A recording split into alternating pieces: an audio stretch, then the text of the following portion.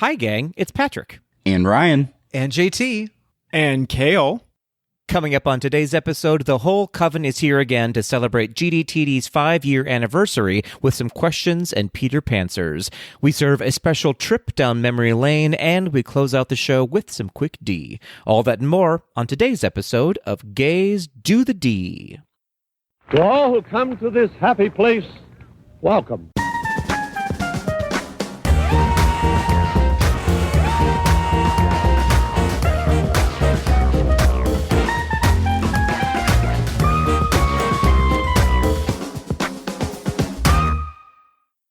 I honestly don't know how to start this recording, you guys. Do I start singing like "Happy Birthday"? Like, how do we start when there's all four of us here?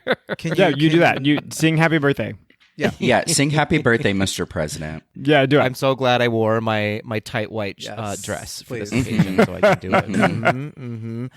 You guys, we're doing it. We're doing it. Happy Annie, everyone. We did. Are we calling it an anniversary or a birthday, or is it both? I don't know. A birthday. And a birthday. A birth-anniversary. A birth-anniversary. You know what I really wish? I feel like when it comes to like anniversaries, I feel like we need that montage at the end of the Parent Trap remake where there's just the Polaroids on the table and everybody's doing funny poses and Natalie Cole is in the background. Yes. That's how I wish we were starting this episode. Actually, Patrick, if you want to work in Natalie Cole in the background to this, that would be amazing. Can you do that? Absolutely. And then we'll get sued immediately. Yeah. And then all of our money goes to Natalie Cole. She's gone, though, so it's okay. Oh, is she no longer with us? Rest in perfection. Is she not with us anymore? No, I didn't know that she wasn't with us anymore. I also did not know this. I believe it was New Year's Day. Never mind, everybody. It's a funeral. Oh, my God. I believe it was New Year's Day 2016. Because I remember because I heard the news when I was on my way from LAX to Disneyland. When I heard of her passing. So it was not an everlasting love? Well, no, but that trip was unforgettable. Okay. I like it. Then the last 7 years of my life have been a lie. This is crazy. Oh, I'm so sorry. I have to rethink some things, you guys. Well, this has been a really wonderful episode of Gays Do the D. Thank you for joining us, everybody. This is now a Natalie Cole podcast. Wow. Well, we just clearly didn't put it in the news segment on that day in Disney history. Listen, that's on you and Adam. We weren't here. I'm sorry. I have nothing to do with that. We're not liable. We're here to pick up the pieces. That's right. We weren't even a thing back then, so we can't be held responsible for her death or for not remembering it. Okay, well, back to what we're doing here, which is the podcast called Gays to the D, our 5-year anniversary. Yes. Happy 5 years. Woo! I actually went to school with Anna Birthiversary. Yeah, absolutely. Along with LaDasha and the twins Orangelo and Lamangelo. Yeah. That's right. When people used to tell me that, I'd be like, sit your ass down. You don't know nobody named Lamangelo or Lorangelo. Because it was always like, my aunt's sister's dad was a teacher and he had twins in his class. I'm like, no, he didn't. Sit down. No, I did go to school with triplets named Faith, Hope, and Love. Oh, okay. What if it's better than if they were Live, Laugh, Love? Oh God, that wasn't. Thank God that wasn't a thing then. Oh boy. Well, this is a Disney podcast, so it is. This is going to be absolute chaos. Tweedles out there listening to us, you buckle up. You're in for a real disaster of a 5th year anniversary episode. So here we are. But why should this episode be any different? No, absolutely. It's true. Absolutely not. You know, it's funny. I was talking to Kale on the last episode that it's what I love about this being our 5-year anniversary is it also means that I have known all of you for about 5 years now because we all sort of started talking and listening to each other's podcasts and chatting with each other on Instagram all at the same time around when we started recording. So that makes me very blessed that I have known all of you for such a long time. Aww. Cheers to another 5, baby. Yes. It's also really cool to think now that we've all met each other in person. That's right. Yeah. Officially. Yeah. Right? This is true. Yeah. We haven't all been in the same room at the same time, but we have crossed paths. Yeah. We have. All of us. Baby steps. It's going to happen. I am manifesting it for spring 2024 that all 4 of us are going to be in the same place at the same time. Okay, as long as it's Jail. Atlanta, It's gonna be Georgia. I will literally come Jail. to As long as it's Atlanta. East Atlanta Village. Atlanta Village. Let's do Federal it. prison. We'll all be in federal prison. Yes. We can take over Todd Chrisley's cell because he's getting out early. Oh, I bet that cell is lush too. You know it is. You know You it. know, he's got some spring water and a Tempur-Pedic mattress in there. You can't tell me nothing. It smells like Liz Taylor's Black Diamonds. Yes. These have always brought Chanel me number luck. 5. Yeah, Do you know, I actually do not like the smell of Chanel number 5. It is. it's not great. It's not It good. smells like mothballs, and I don't It know. does, yeah. like- It's this musty, like cloying yeah. smell. No shade to any one of our Tweedles that wears Fair. Chanel number 5. Yeah, live do your truth better. and your Live your confidence. truth. But Yeah, if you but know I have better, some you do better. suggestions. Yeah, I have some suggestions for you and some other perfumes. I that mean, you can, go to that you like can Mademoiselle or like Miss Coco or something. Ooh, Miss Coco. Miss Coco. Miss Coco. Miss Coco, if you're nasty. smell. I like it. I'm interested. Okay, so we do have a lot of episode to get through, you guys. do, so we maybe do, we should do. start talking about Disney things. So I guess first off the bat, before we get into I'm celebrating, so we have a lot of celebrations to get through. Well, this whole episode, basically, I have to say, is a celebration of all of our Tweedles, really, because I mean, they keep growing in numbers. You keep joining our Patreon. Apparently, you enjoy listening to our show. I don't know why, but they do. They like listening. There's to our no show, accounting you for guys. taste. Yeah, there's no accounting. Yeah. Horrible taste, all of you, but thank you so much for tuning in every other week to us. And one big celebration I want to bring up is that we are going to have our very first ever, later this year, GDTD Virtual 5K.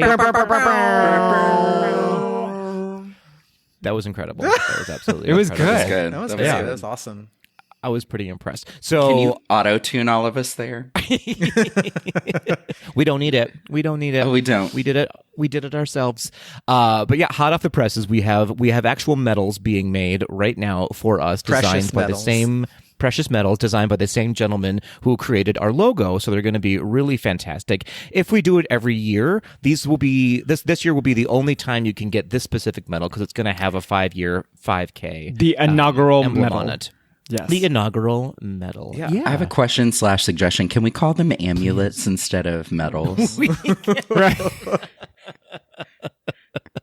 Absolutely. I just feel like that just is perfect. Has anybody ever have y'all seen Secrets of the Nim? I was trying to explain Secrets of the Nim to somebody the other day.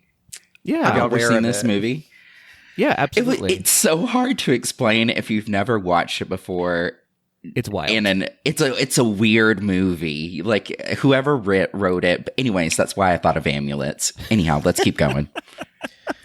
This is what we're in for this episode, everybody. We're talking about medals and now the secret of NIM. Okay, so medals are being made right now, going to be shipped to me once I have them, so we can actually like officially do this. We'll put it all online. Hopefully, we're aiming for an October date.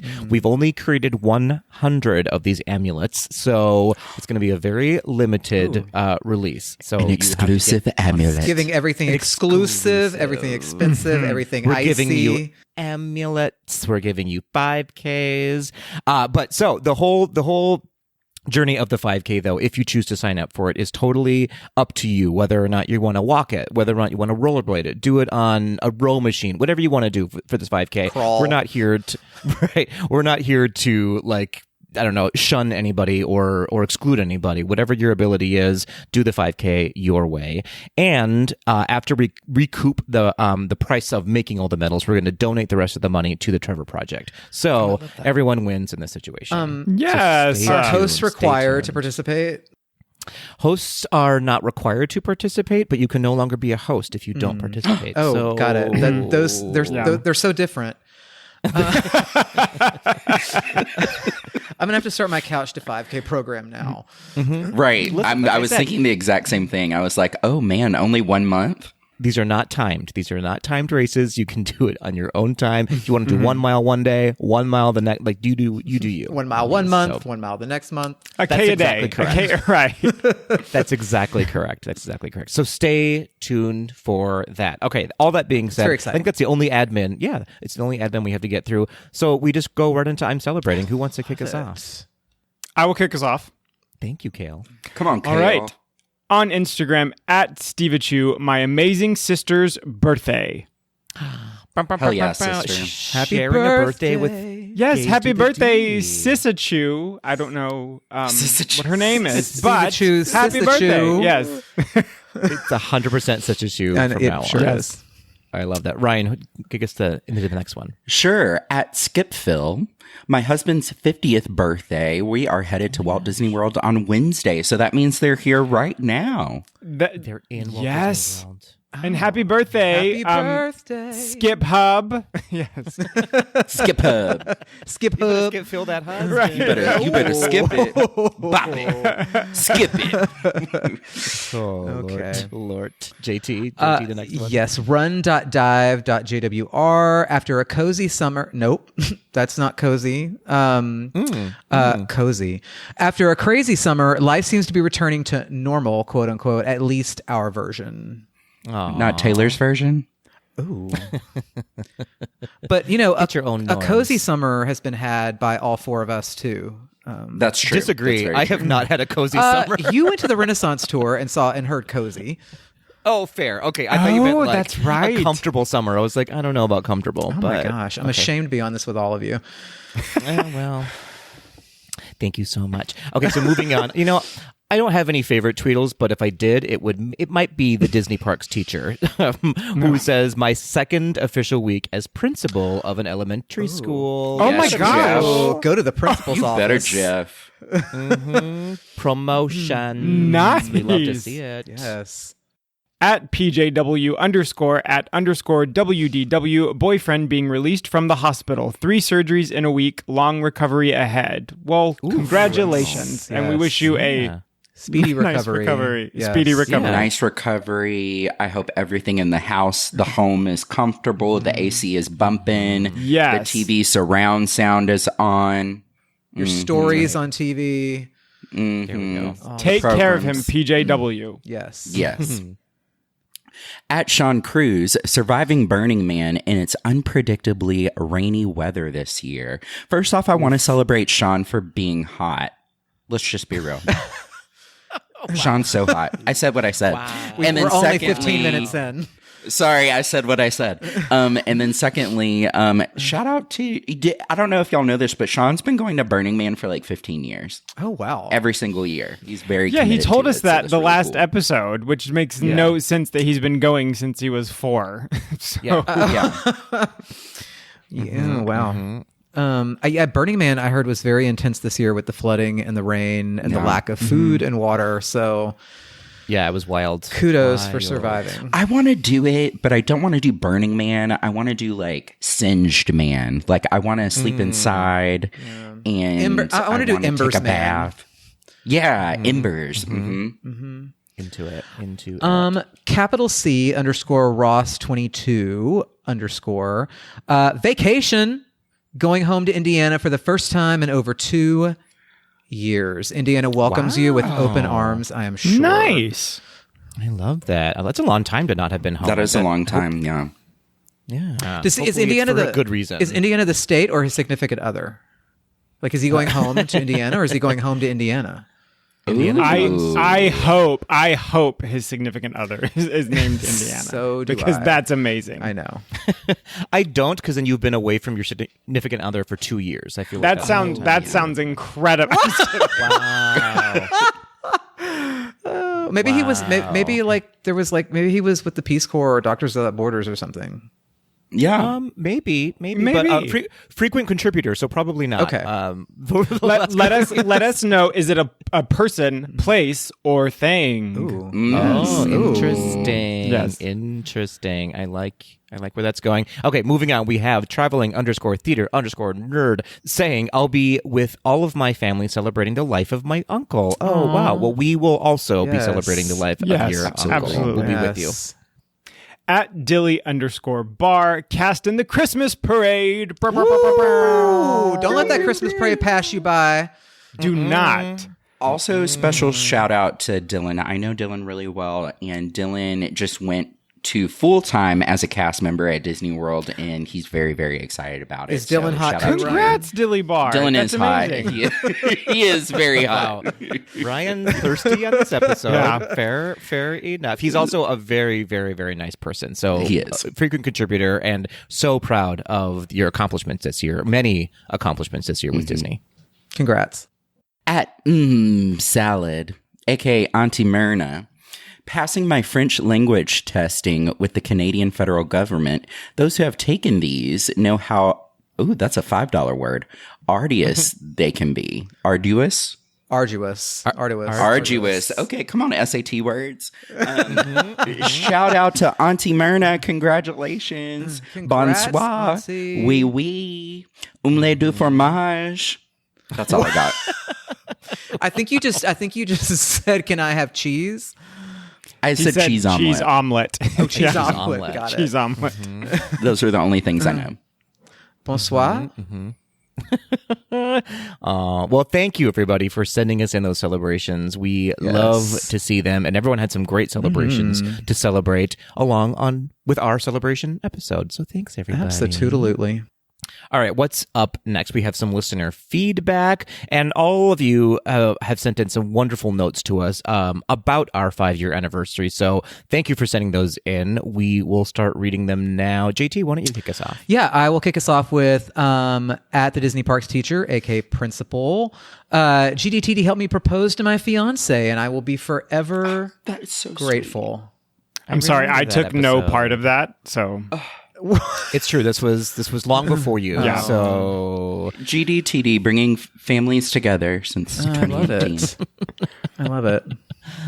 absolutely. Okay, let's see. I'll read the next one. Who do we have? We have at Fun Jeff saying, "Happy 5 years, gents. I've been tuning in since very early on, and whether I'm on a run or doing the dishes, my day is just a bit more magical thanks to you. My favorite segment is the walks in the park. We haven't done those in a while. I've tried. I know. We need to do I one. love those episodes. We should bring them back sure. soon. We should, but stop interrupting Fun Jeff because I have more to say. So Fun Jeff goes on to say, I've tried new snacks and beverages and generally gained a deeper appreciation for some of the finer details that I would have missed on my own. Keep up the gay agenda and congrats again." Well, thanks, Fun Jeff. And according to the boys here, they want to do walks in the park. Yes. Yes, I want to walk in the park. Come on, walks in the park. Scott wrote in, "I wanted to send you this message to thank each of you for doing the GDTD podcast. I'm a fellow gay who loves Disney, but I don't know many people in real life who share my enthusiasm for the House of Mouse. I don't have many close gay friends, so your podcast means so much to me on many levels. I have an amazing partner who tolerates my Disney obsession, but having an hour every other week to connect with the wonderful community you have built means a lot. Your podcast has been there for me during the ups and many, many downs of the last few years, and I don't think it's an exaggeration to say I couldn't have done it without you. The Disney fandom hasn't always felt welcoming to everyone, and I want to thank you guys for creating a safe space that embraces everybody. I hope you are still doing the podcast in another 5 years and beyond. I know I will be listening. Have a great day and keep doing what you're doing." Ooh. Wow. Yeah. Oh my gosh. Wow. Ooh, yes. Scott, thank you so much. Yes. Yeah. I think it's safe love to that. say it's listeners like you are the reason that we do this. Yes. So Yeah, absolutely. thank you. Well said. Thank you, Scott. Well said. This is an email from Jewin. "Hello, lovely host. I just wanted to drop you guys a message to say congrats on 5 years of GDTD. I first found this podcast back in 2021, and I knew instantly this was the Disney content I've been looking for. Naturally, I went back to the start and listened to every single episode. I've found my gay Disney home, but what I didn't expect was how much the podcast, the host, and the Tweedles would feel like such a beautiful and welcoming community. Patrick, Ryan, JT, and Kale, and of course, Adam, you are so thoughtful and bring such unique perspectives to each episode. I want to say thank you to each of you for being so incredible and bringing us so much joy." Thank you so much, Jewin. Juin's so great, a fellow Patreon member, and such Yes. a great, charming, wonderful, nice human being as well. Yes. He is such a gem, truly. And also, I have to say, an addendum to June. He also has a question for us later on in our main segment as well, but we'll read that later instead of right now. I'm it's a fun one. excited. It's a fun I'm one. excited. Also, did y'all know that June stayed up till like 3 a.m. to attend our happy hour? Are you serious? Yes. Yeah. Oh my God. Yeah. The dedication. The dedication of it all. Our very first happy hour, because he is in the UK, and so we had an evening happy hour, and he was like, I'll just join at 3 a.m. I was like, okay. I love that. Yeah. I'm not going to lie. I almost didn't show up because it was too late for me. And I didn't show up. Yeah, that's true. True. Okay. It's very true. All right, moving on. JT, want to read us we have two more, I think. Yes. At Drewby, Coast to Coast. Boys, first of all, thanks to Kale and Patrick for the shout out on the last episode. It was so awesome to randomly meet Kale in person, handsome little devil that he is. Kale, I told you not to add things to the listener feedback. Rude. As much as I enjoyed that encounter, the conference, and a few days in the parks, it was much less awesome to visit Orlando in August. Very Seventh Ring of Hell vibes. Very that. Luckily, I discovered the gay beauty that is the Folding fan and survived somehow. And now that I've met Kale, I've collected 50% of my Gays Do the D host card pack. I've been lucky to call Ryan a pal in real life for a while now. Hoping to make that 75% in January at the Disneyland Half Marathon. Right, Patrick? Which means, JT, you owe me a date. Don't tease me unless you're going to please me. Anywho, congrats to the pod on the anniversary. I can't thank you all enough for the smiles and giggles over the years. It's nice to know I'm not the only mouse appreciating, theme park slaying queer kid that refuses to grow up. And I genuinely think y'all are the best. Can't wait for many more episodes. Oh, and hit me up anytime y'all are in LA. Drew Coast to Coast, also known as Drew, right? too. Yeah. Yes, I love Drew so much. He is I mean, we follow each other on Instagram, and he just seems like such a kind, spirit, and Oh, 100%. The most genuine person to have a conversation with. Truly. Also, another native Arkansan, just saying. Nice. another Razorback. Blue pig, y'all. Big story. I also love that idea of the trading cards, like, Yes. of our GDTD personality faces on them. That'd be really fun to do. Tweedles, the call has been made Yep. to create some trading cards with the GDTD hosts on them. We've done this several times. We've hinted for one of you to draw us. It's no longer a hint. This is a command. This is a Someone art this me, is a darn direct it. order. Yeah. Yeah. Yes. Yeah, we know you're out there. We've seen your artwork before. Make it happen. I love being a collected item. I mean, Oh. wait a minute. Wait a minute. No. Hold on. No take backs, JT. You Nope, said it. it's forever. You said That's it in there. forever. That's in there. As soon as I said that, I was like, wait a second. I know how that's going to come across. Yeah. I And you know what? loved Let's it. move on. Let's move on to the End of next sentence. one. End of sentence. Period. Period. And that's on period. And our last one. Oh, I get to read our last one from Auntie Myrna at Salad. So you already sent us a I'm celebrating, and then you went on to say a little note for us. Auntie Myrna said, "Little do you know how much happies." I love that. How much happies you give me. The fact that you are in so many people's ears, and we are one big silly family. And then she goes, "Mwah." Well, mwah, right back at you, Yes. Auntie Myrna. We love you love so Auntie much. Myrna. Frequent contributor, frequent voice memo-er. We love your notes. They're always so sweet, and they make me very emotional She's a sometimes. delight. Yeah.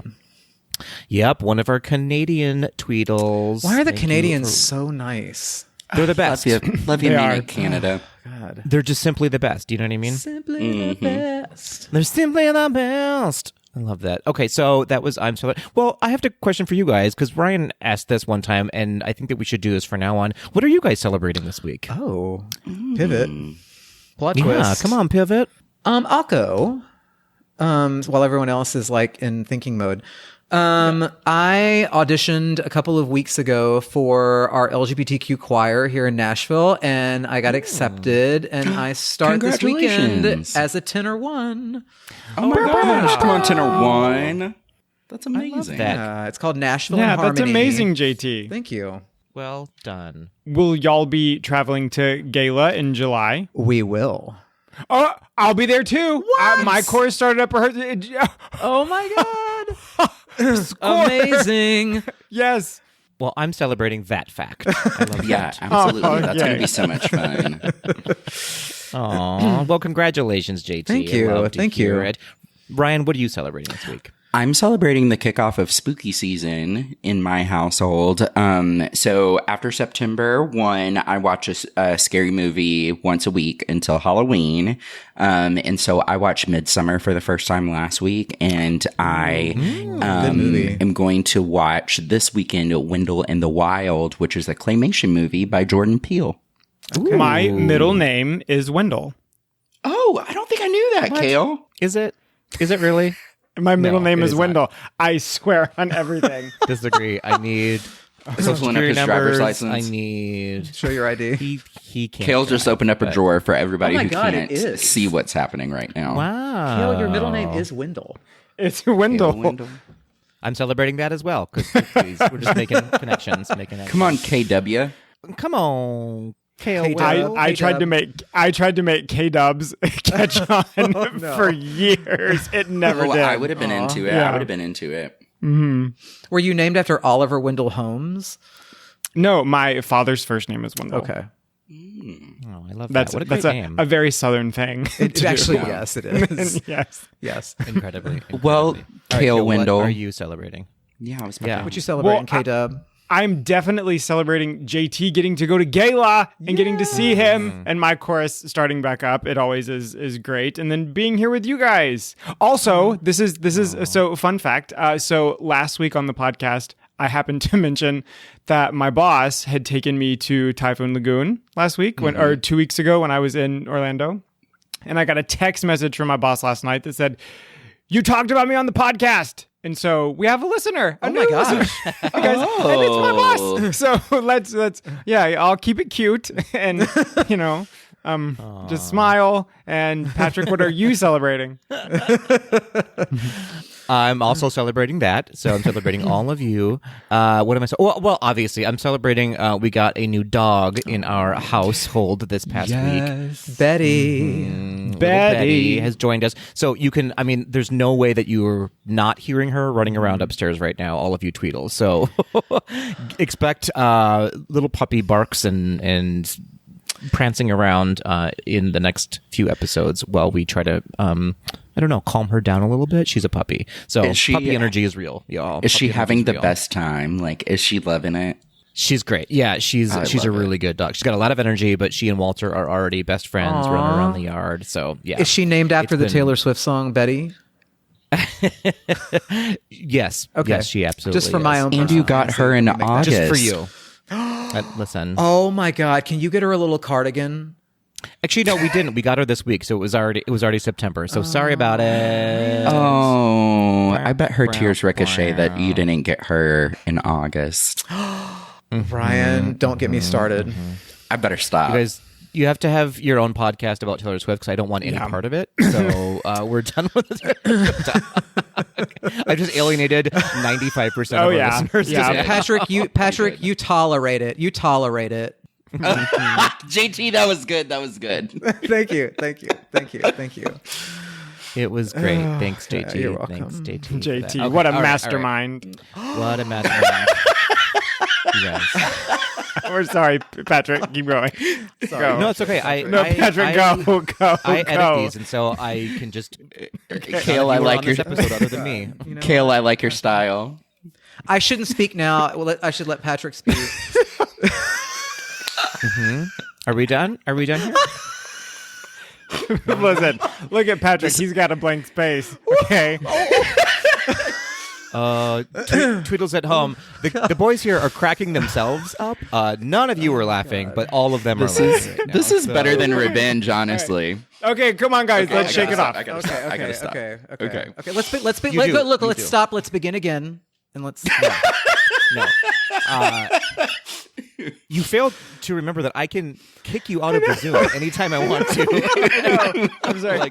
Patrick, really, just keep going. I promise you we'll follow. Keep going. Yeah, we'll follow. No, 100%. This is not gonna. This is gonna be the entire episode, and that's fine. I've just accepted Keep it. going, So keep going. We are moving on to Kale's favorite segment, which is this week in Disney history. But There's a twist. Ooh. There's a twist this time, you guys, because we are celebrating this year in GDTD history. Yes. Ooh. So we have not 1, not 2, not 3, but 4 items to get through, celebrating the past 4 years. Thank you for the backtrack, JT. I will cut you out of everything that you say for the next 10 to 15 minutes. JK, because you're first up, JT, with a quiz. Okay. On this week in Disney history. Okay. You ready? I'm ready. All right. So 5 years ago, JT, and when I said that there were 4 items, I meant there were 5 items because we have been around for 5 years. That's how math works. So JT, 5 years ago, September 9th, 2018, our very first episode of Gaze to the D, Adam and I revealed our Fab 5 Disney movies. What was Adam's number 1 and what was my number 1? If you get one of them, I will give you the point, but for 2 points. Okay. Fab 5 Disney movies.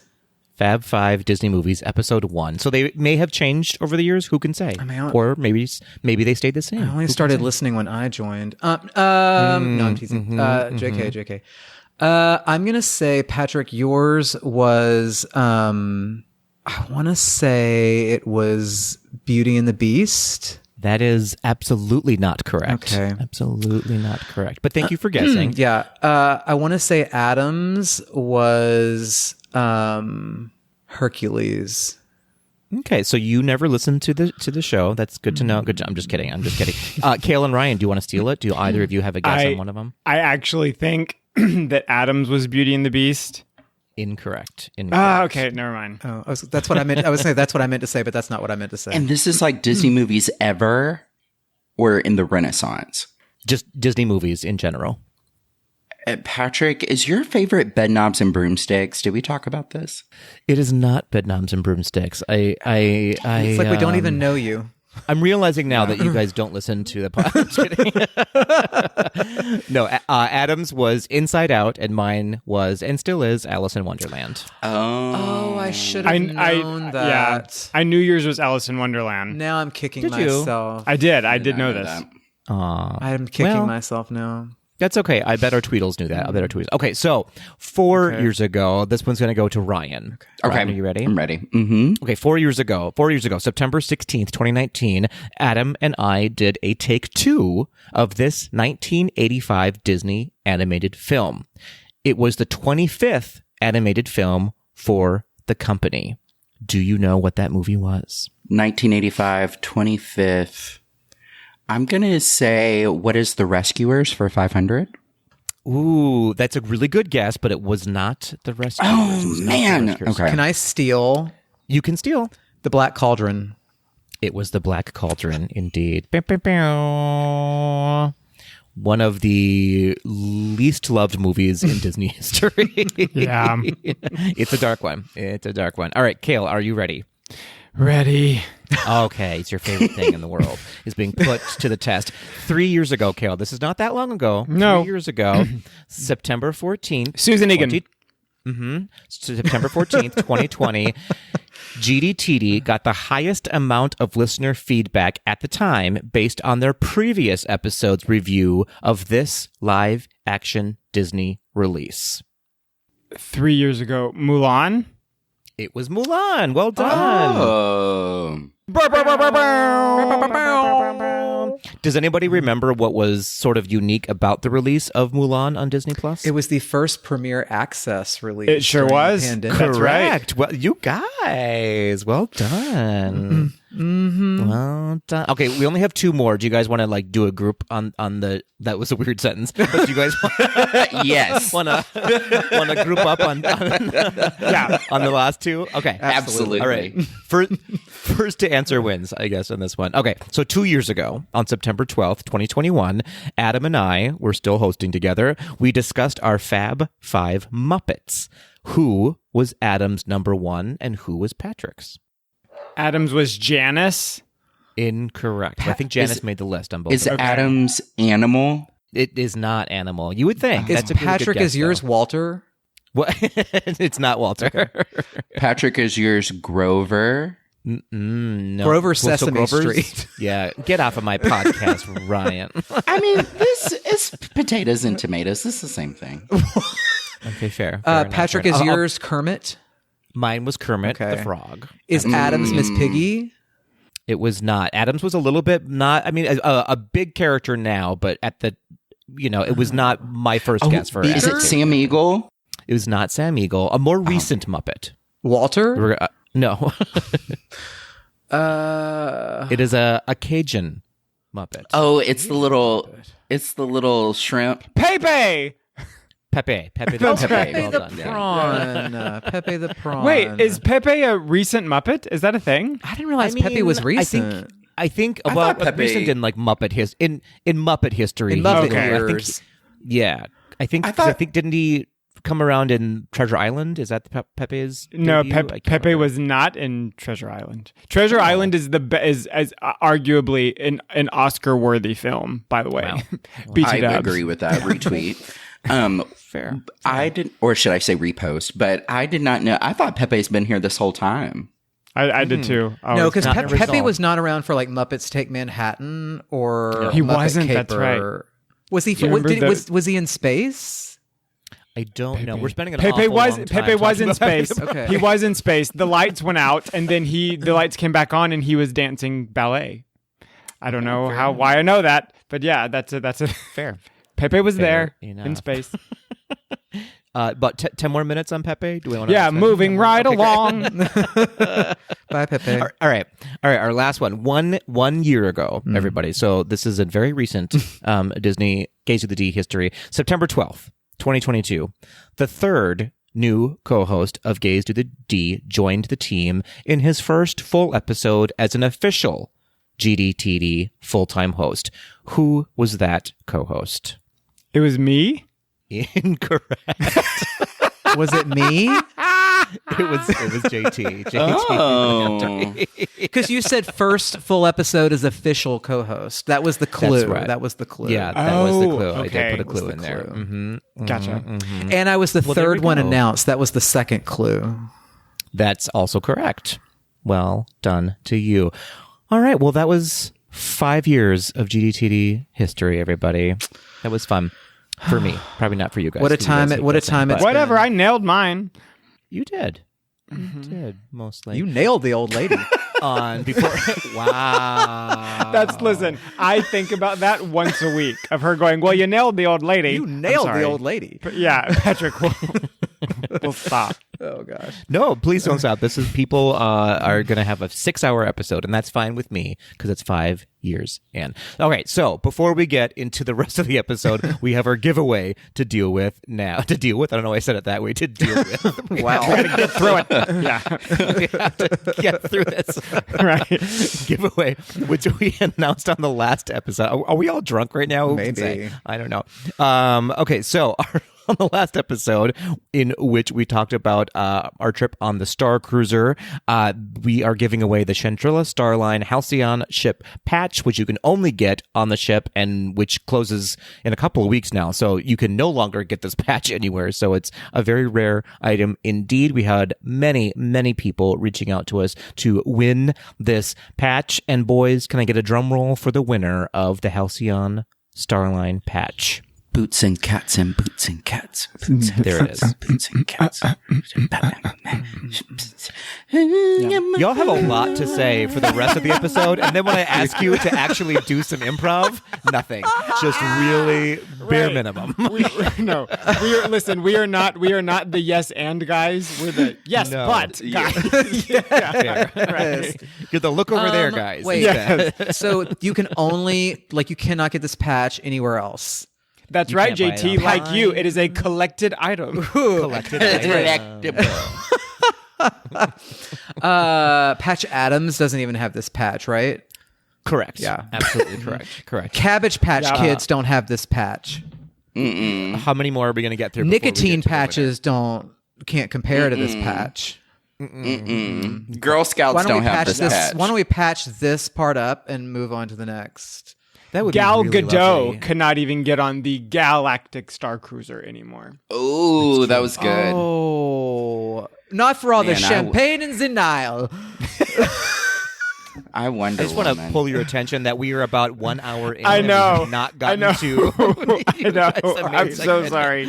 We're never allowed on the same Zoom ever again. No. All right. So the winner of this patch, if you're still listening, I'm guessing you're not, but if you're still listening to this episode, Justin at Justin_Phillip has won the patch. Congrats. Yes. You better. Get your patch. Catch that patch. Better.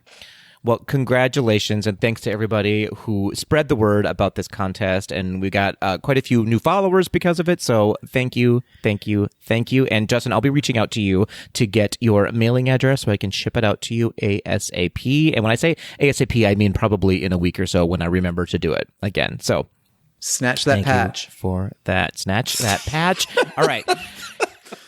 Sorry, So that made me instead- uncomfortable. I don't know why.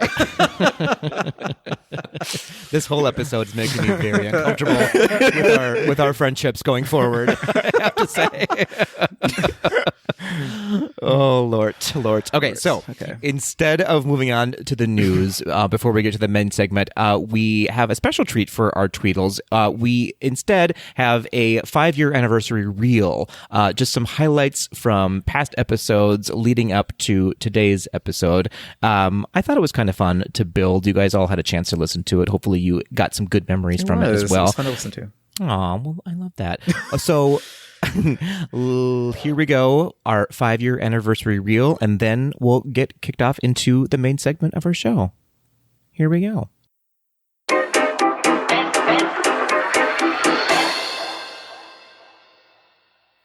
Patrick, Hi, Adam. show number 1. Number 1. Here we did it. are. We did it. We're doing it. We haven't done it yet. Right. Here we are. Right. Let's try it. Right. You know, I think a great way to begin this episode is by making a big announcement. I love a big announcement. Yeah. It's time for our very first giveaway. We need to announce who won what, and what are they winning? They're winning a die-cast Nightmare Before Christmas 25th anniversary set. Who doesn't want that? Everyone wants that. Everyone wants it. For those of you who don't know, we just wrapped up our very first contest, which everyone sent in their comments and liked us on Facebook, Instagram, and Twitter. They liked us. They like us. They really like us. And now it's time to select a winner. Adam, if you would be so kind as to give me a little drum roll action. Thank you for asking. You know I'm perfect at this sound effect. I do. Was that the drum roll? That was not the drum roll. Okay. Was that the drum roll? It was with like a hi-hat hit at the end. Oh, that's what that was. Okay, great. Yeah. Thank you so much. Speaking of guests, I'm super excited about this episode, Adam. We have our very first guest appearing. We do. Our mutual friend, Janice, who is a former Disney College Program cast member.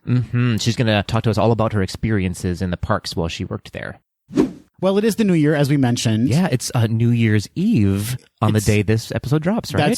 That's right. So we're saying goodbye to 2018. We're saying hello 2019. Scram 2018. And we're going to talk about our resolutions, Patrick. What are your 2019 resolutions? Oh, right on the spot here. Well, I do want to join a competitive gymnastics team. You do? Yeah, that's going to happen for me in 2019, I think. Is that why whenever I come over, you're wearing a complete spandex onesie? That's not why. Oh. But now it's going to be part of it. Okay, well, it's a convenient explanation for you if that's not Correct. the reason why. Correct. I'm real good at tumbling. I put on Boy George's I'll Tumble for You and just go to town. Oh, I like it. I like it. Okay, Patrick. Yes. We were just at Festival of the Arts at Epcot. Were we though? Yep. Okay. And you have been commissioned to paint a very lewd portrait of one Disney character. Well, And it's going to be inappropriate. I don't need you to go into details. Yeah. I just want you to tell me which character is it going to be. sure. What is that setting going to be like? Yeah. What kind of poses? I mean, maybe do and go into details. Maybe I do need details. Who are you choosing? Brer Bear. That was so quick, Patrick. Listen up. I was unprepared for how fast that answer came. That bodes well in my life. In honor of our virile straight man guest today, I want to know, what is the straightest attraction at Walt Disney World and why? Ooh. Like this. Straightest attraction. Yeah. I'm going Small World on this. Oh, really? Yeah. It's real boring. Yep. Not a lot to offer. Yep. culturally insensitive sometimes. Yeah. Yeah, that's what I'm going to go with. Okay, that makes totally sense. That's pretty hetero to me. Makes sense to me. Small World from Patrick. Okay. Are we talking just rides? It can be any experience you have at Walt Disney What World. about or Hall of Presidents? Hall of Presidents? Ooh, That's yeah. good. That's Wow, not that is gay legit at all. straight up straight. Yeah. Yeah. Well, there's nothing gay in it, right? I don't know. There's some there were- leggings. There's leggings and there's wigs. Wasn't Well, there's Hoover wigs. There were gay A presidents. what? A but- Hoover? President Hoover? Wasn't Yeah, he okay, yeah. known to cross-dress? I believe he was. You're right. Hmm. I think we may have just found the gayest. Ben, you're wrong. I think we found the gayest attraction. Well, no. That doesn't mean you have to be gay to cross-dress. Let's be clear. That's very true. Thank That's you. very true. Right. Yeah. Pete Buttigieg, everybody. Oh, that In was the Hall of Presidents. You just can you imagine? I would love it. Wouldn't but- it be magnificent? Adam Reba Hummel and Matthew Belinda England. What's that? Belinda. I like it. definitely Yeah. hmm Welcome to the pod, Matthew. Thank you. Thank you for having me. Hi, Matthew. Hi. You're my boyfriend. Yeah. You've seen me already. I've seen you. Good morning. Good morning. Or should we say bright suns? Because that's what they say in Galaxy's Edge. Here we go. Bright It's true. suns. You guys have just returned from a Yes. galaxy far, far away. Yeah. How is it being home? That's my first question for you. We're pretty tired. Yeah. Pretty tired, but also kind of depressed. Oh, are you? Aw. Just a little bit. Like, Yeah. I feel like that's always the way it is when Yeah. you come back from a Disney trip. You're just kind of like, Yeah. coming back down from the high that you were on. Well, listen to episode 8 of Gays Do the D. Is that the episode number? I have no Is idea. it? Where we talk about I lost How to track. beat the doldrums? Yeah, exactly. It's one of those earlier episodes. When we were fresh, Gays Do the Deers. Oh, and now we're just jaded and bitter. Jaded and bitter. Oh. Thanks, guys. Thank you so much, everybody who we got to meet in the parks. It was truly, truly a privilege for us, and especially for you, as Tweedles. No, of course I'm kidding. Mostly kidding. Oh, no. If we didn't mention your name, I'm sure that we met some people that we totally forgot to write your name down. Right. So sorry about it. Be more memorable. What? And lastly, Patrick, we need to talk about the new friends you made on this Yeah. trip. So many people, so many great photos of people that you met Yes. while you were down there. Yeah, it was a really, I don't mean to sound trite, but it was a really magical experience meeting a lot of our Instagram followers. The first day I was there, I met so many people. Yeah. It was really a great coincidence. So Randy, Magical Travels with Randy, who I met Yes. before, Yes. was there with his family. And so I got to take a picture with him. We chatted for a little bit. He's so delightful. You guys follow him. He has such a good time in the parks. His joy is palpable. It's so wonderful. I love that. He's a great guy. I can't wait to talk to him some more. And hopefully he's there a lot. So I feel like we'll run into him at some point again. Absolutely. That same night, I met Dave and Nick. They're from Canada. They were both running, I think they did the Kessel Run, which means they did a half marathon on their own at home, the virtual series. Right. And then they did the 10K and half marathon here at the Run Disney event. Okay. Oh boy, that is a lot of running. Yeah. Well done, you guys. And they both completed, which was great. They are so delightful, super charming. Couldn't have been having more fun. They love Trader Sam's. I didn't get a chance to have a drink with them, but I think we're trying to collect all of the mugs at Trader Sam's. Oh, yeah. I was like, good luck with that run, you guys. They are so great. And then also that evening, I got to meet Mark, who is iMarcophone. Oh, sure. One of our Atlanta Ds. Yes. He was so great as well. His husband, of course, is Roger. They're the ones who sent us those amazing products, Yes. which I brought with me to the parks because I was like, my skin's going to be good for these photos. So that was a delight. And then the next day in Epcot, I met Kale, who is Kale English 89 on Instagram. He is just a ball of joy. Yeah. He and his whole family, not his whole family, but some members of his family were there. Hi, Sadie. Hi, Grayson. That's his niece and nephew. Oh, cute. Sadie and I are best friends right now. Oh. We bonded over Rapunzel. Oh, sure. Yeah. Yeah. She's our favorite princess. They were such a joy to meet. So great. They had just gotten there. Oh, yeah. And so they were a little bit, I think they drove there. And so they're a little bit tired. And I was like, I'm going to let you guys have some fun. It's really good to meet you. And then actually 2 days later, I was just tramping around Magic Kingdom, waiting for the fireworks to start. And I ran into them. They were just coming off of the Magic Carpet ride. And so I was like, hey guys. And I snuck my way into them watching the fireworks as well. So I got to watch Happily Ever After with them, which was so fun to watch his niece and nephew watch the fireworks. I bet. It was a delight. They couldn't have been nicer, the whole family. It was really magical. So thank you guys for letting me tag along with you and tricking my way into your family. You're my family now too. Well, now that Christmas has come to a close, it's time to move on to the next holiday. Kick out Santa. Happy New Year. Happy New Year to you. 2020. 2020, the year of Vision and Barbara Walters. That's right. We should say to all of our listeners at home, this is our very first full episode of Gays Do the D, that we are not in the same place at the same time. We were recording over Zencaster and using our phones with FaceTime to sort of get some cues from each other. How does it feel so far, Patrick? It feels real weird. It feels real weird. It really does, doesn't it? It feels strange. Yeah, we're just kind of getting down and dirty. If you hear dogs barking or Adam shuffling chords, that's just the way we're going to have to operate right now, folks. Yeah, and the reason that we're doing this, as I'm sure many of you are dealing with this as well, we have been given the order from our governor to shelter in place. At least that's what it's called here in Minnesota. I know some places call it safe at home. And there's all these different references to what's going on. But for the next 2 weeks, we have been heavily encouraged to stay at home unless the absolute essentials are needed. I am doing fine, Adam. I'm doing fine. How are you? I'm fine, like you. I'm also fancy free. I've got my rose tea at my side. I'm ready to produce an episode. Sensible. I love it. Let's do that. And how, you may ask, how are we going to do that? We're going to do that remotely, as we have been for, what is it now, 89 months, Patrick. We've been separate for 89 whole months. Yep, it's been years and years and years, it feels like. Every minute is a full decade. Because theme park capacity will be significantly limited to comply with governmental requirements and promote physical distancing, the Disneyland Resort will manage attendance through a new theme park reservation system similar to Shanghai Disneyland's and the system announced for Walt Disney World that will require all guests, including annual pass holders, to obtain a reservation for park entry in advance. Deke, Sharon, welcome to the podcast. Thank you. It is an honor and a pleasure to be here. Nina West, welcome to Gays Do the D podcast. I'm so excited to be here. Thank you so very much for having me. Sydney, hello, and welcome to Gays Do the D. I've always wanted to be on a show called Gays Do the D, so thank you for having me. That's what we do here. We make dreams come true. Here is our interview with Howard director and producer Don Hahn.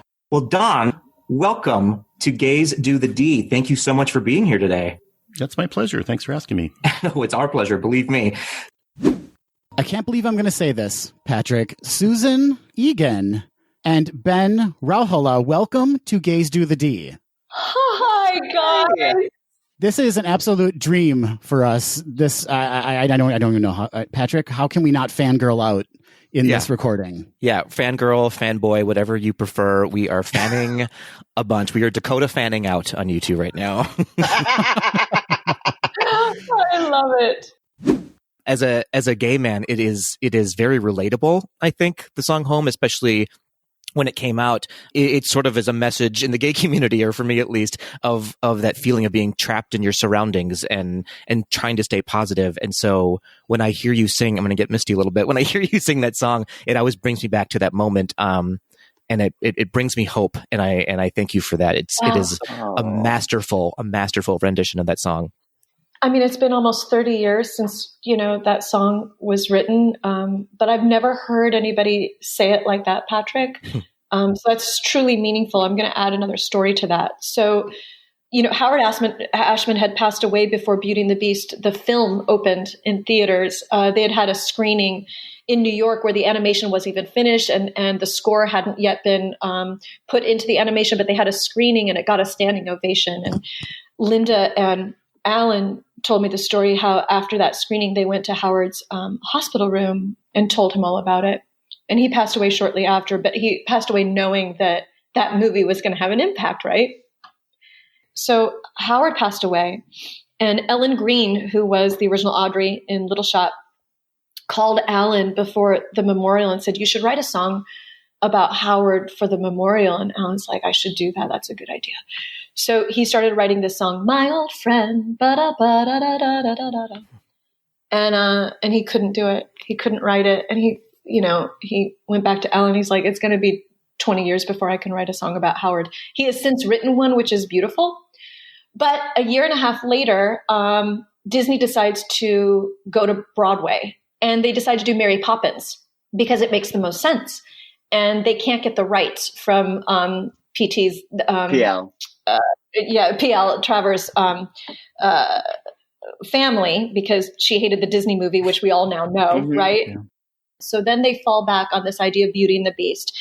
And they realize when they first start writing it that Belle doesn't have a solo, so they need to write her a song. And so they chose the moment when she's locked in that room for the first time. And they knew it was going to be a song about being home. So Alan pulled the melody that he'd written for Howard out of his trunk. And he's like, I'm gonna use this song. And so it was this tribute to Howard. And so honestly, like, I know Tim wrote the lyrics, but I wasn't even really singing the lyrics ever. I never met Howard Ashman, but he was so brilliant. And even to this day, I think about if he had lived, what would we have? We would have so much because he was so smart, lyrically, dramaturgically, just, artistically. And so, so every night that Is This Home was really about an homage to Howard, whose spirit was very much a part of this production to this day. And it's like been 30 years and I still tear up for a man I never met. You can't stay at home, but all four of us are crying. Don't mind us. Like, especially the gays. Coming up on today's episode, we celebrate our 100th podcast recording by exploring what makes Walt Disney World the gayest place on Earth. JT Shablooey Landry, how are you? And also, welcome to Gays Do the D. Thank you, Patrick. To quote Marcia Gay Harden when she won her Oscar for Best Supporting Actress, what a thrill. Oh, off to a great start. Well done. No, it is truly, thank you for having me. It is an honor to be on the show. Big fan of the podcast. Love listening to you and Adam each week. So this really is a thrill. Well, welcome to Gays Do the D. Kale, how are you? I'm good. I'm so excited about this. Thank you so much for asking me to do this. So, Kale, you've actually been on Gays Do the D. We were promoting our Run Distanced efforts on Instagram. Yes, that's right. I have been. It was promoting one of our live trivia nights, I believe. And then the Run Distanced for the Princess Run. I believe so. That sounds correct. I have no memory whatsoever. I know. We've done so many of them at this point. They all run together. We've done 2. We've done so many, a total of 2. Right. Oh dear. But you have never guest hosted an episode of Gays Do the D, so now is when you actually become famous. Coming up on today's episode, we celebrate our 150th episode. Coming up on today's most magical episode, we recap our trip to Disney World for the 50th anniversary celebration.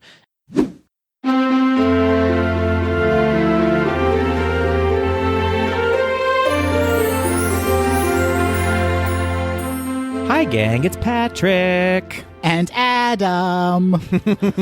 Welcome to our second day of the 12 Gays of Disney, where we chat about 12 Disney-related topics in the 12 days leading up to, you guessed it, Christmas Day. Today's topic is restrooms. Listen, folks, you've probably been reading the trades. I don't know how it got leaked. It was either Supreme Court Justice Clarence Thomas or Patrick. Patrick, do you want to take credit for leaking the news? I do not want to take credit for leaking this news. It is not news I would have ever have chosen to leak. Well, someone leaked it. But folks, I am going to be retiring from the podcast. I'm going to be stepping away. So my final episode as official co-host of Gays Do the D will be episode 200. Fear not, Tweedles out there. The podcast will be continuing, but I will not be hosting it alone. No, I do not have that much power in my talent repertoire. We will be not replacing Adam, but we will be submitting other co-hosts, a rotating casts of co-hosts, if you will. In fact, some voices you've heard before on the podcast, some voices that are going to be new to you on the podcast, but we're very excited about the selected co-hosts that we've chosen. They're going to be starting their reign here on Gaze Do the D along with me in a rotating fashion, as I said, the episode after Adam leaves us. So episode 201 will be the first time you'll have a brand new episode. And before we head to the news, Patrick, we have a very special announcement. We do indeed, Adam. As you all know out there, Adam, of course, is leaving the show, very sadly. And in his, I don't want to use the word replacement, but in his stead, there will be a cast of rotating hosts. We have kept them a little bit of a secret from all of you up until today. For the next 3 episodes, we are going to be revealing a new host. I know, how exciting is that? A new host that you will encounter in the future. Who, Patrick, big moment, who are we meeting this week? We are meeting one of my very good friends. I am so blessed to know him. I think all of you are going to fall in love with him as we have here on the podcast. Ryan will join the cast of Gaze Do the D, and we will introduce him right now. But yes, later this year in August, I believe, we will be joined by someone who has been on the podcast before. You know him possibly from the Instagram handle, the Steamboat Willies. I'm talking about Kale English. Keep that love rolling in for my good friend. We've gone on several Disney trips together. I'm absolutely madly in love with him. And he already has a podcast you might know about. That's right. I'm talking about the incomparable JT Landry. Coming up on today's episode, Adam gets the pink slip as we record his last official episode as co-host. As always, we discuss the latest Disney news, and we close out the show with some quick D. All that and more on today's episode of Gaze Do the D. Rude. You know, it's funny that you say that, the head and the heart, and I'm struggling to figure out where you fit in that equation. That's odd, because I was about to say, the head's gone, folks. There's no more head, and we all know that the body can't survive without a head.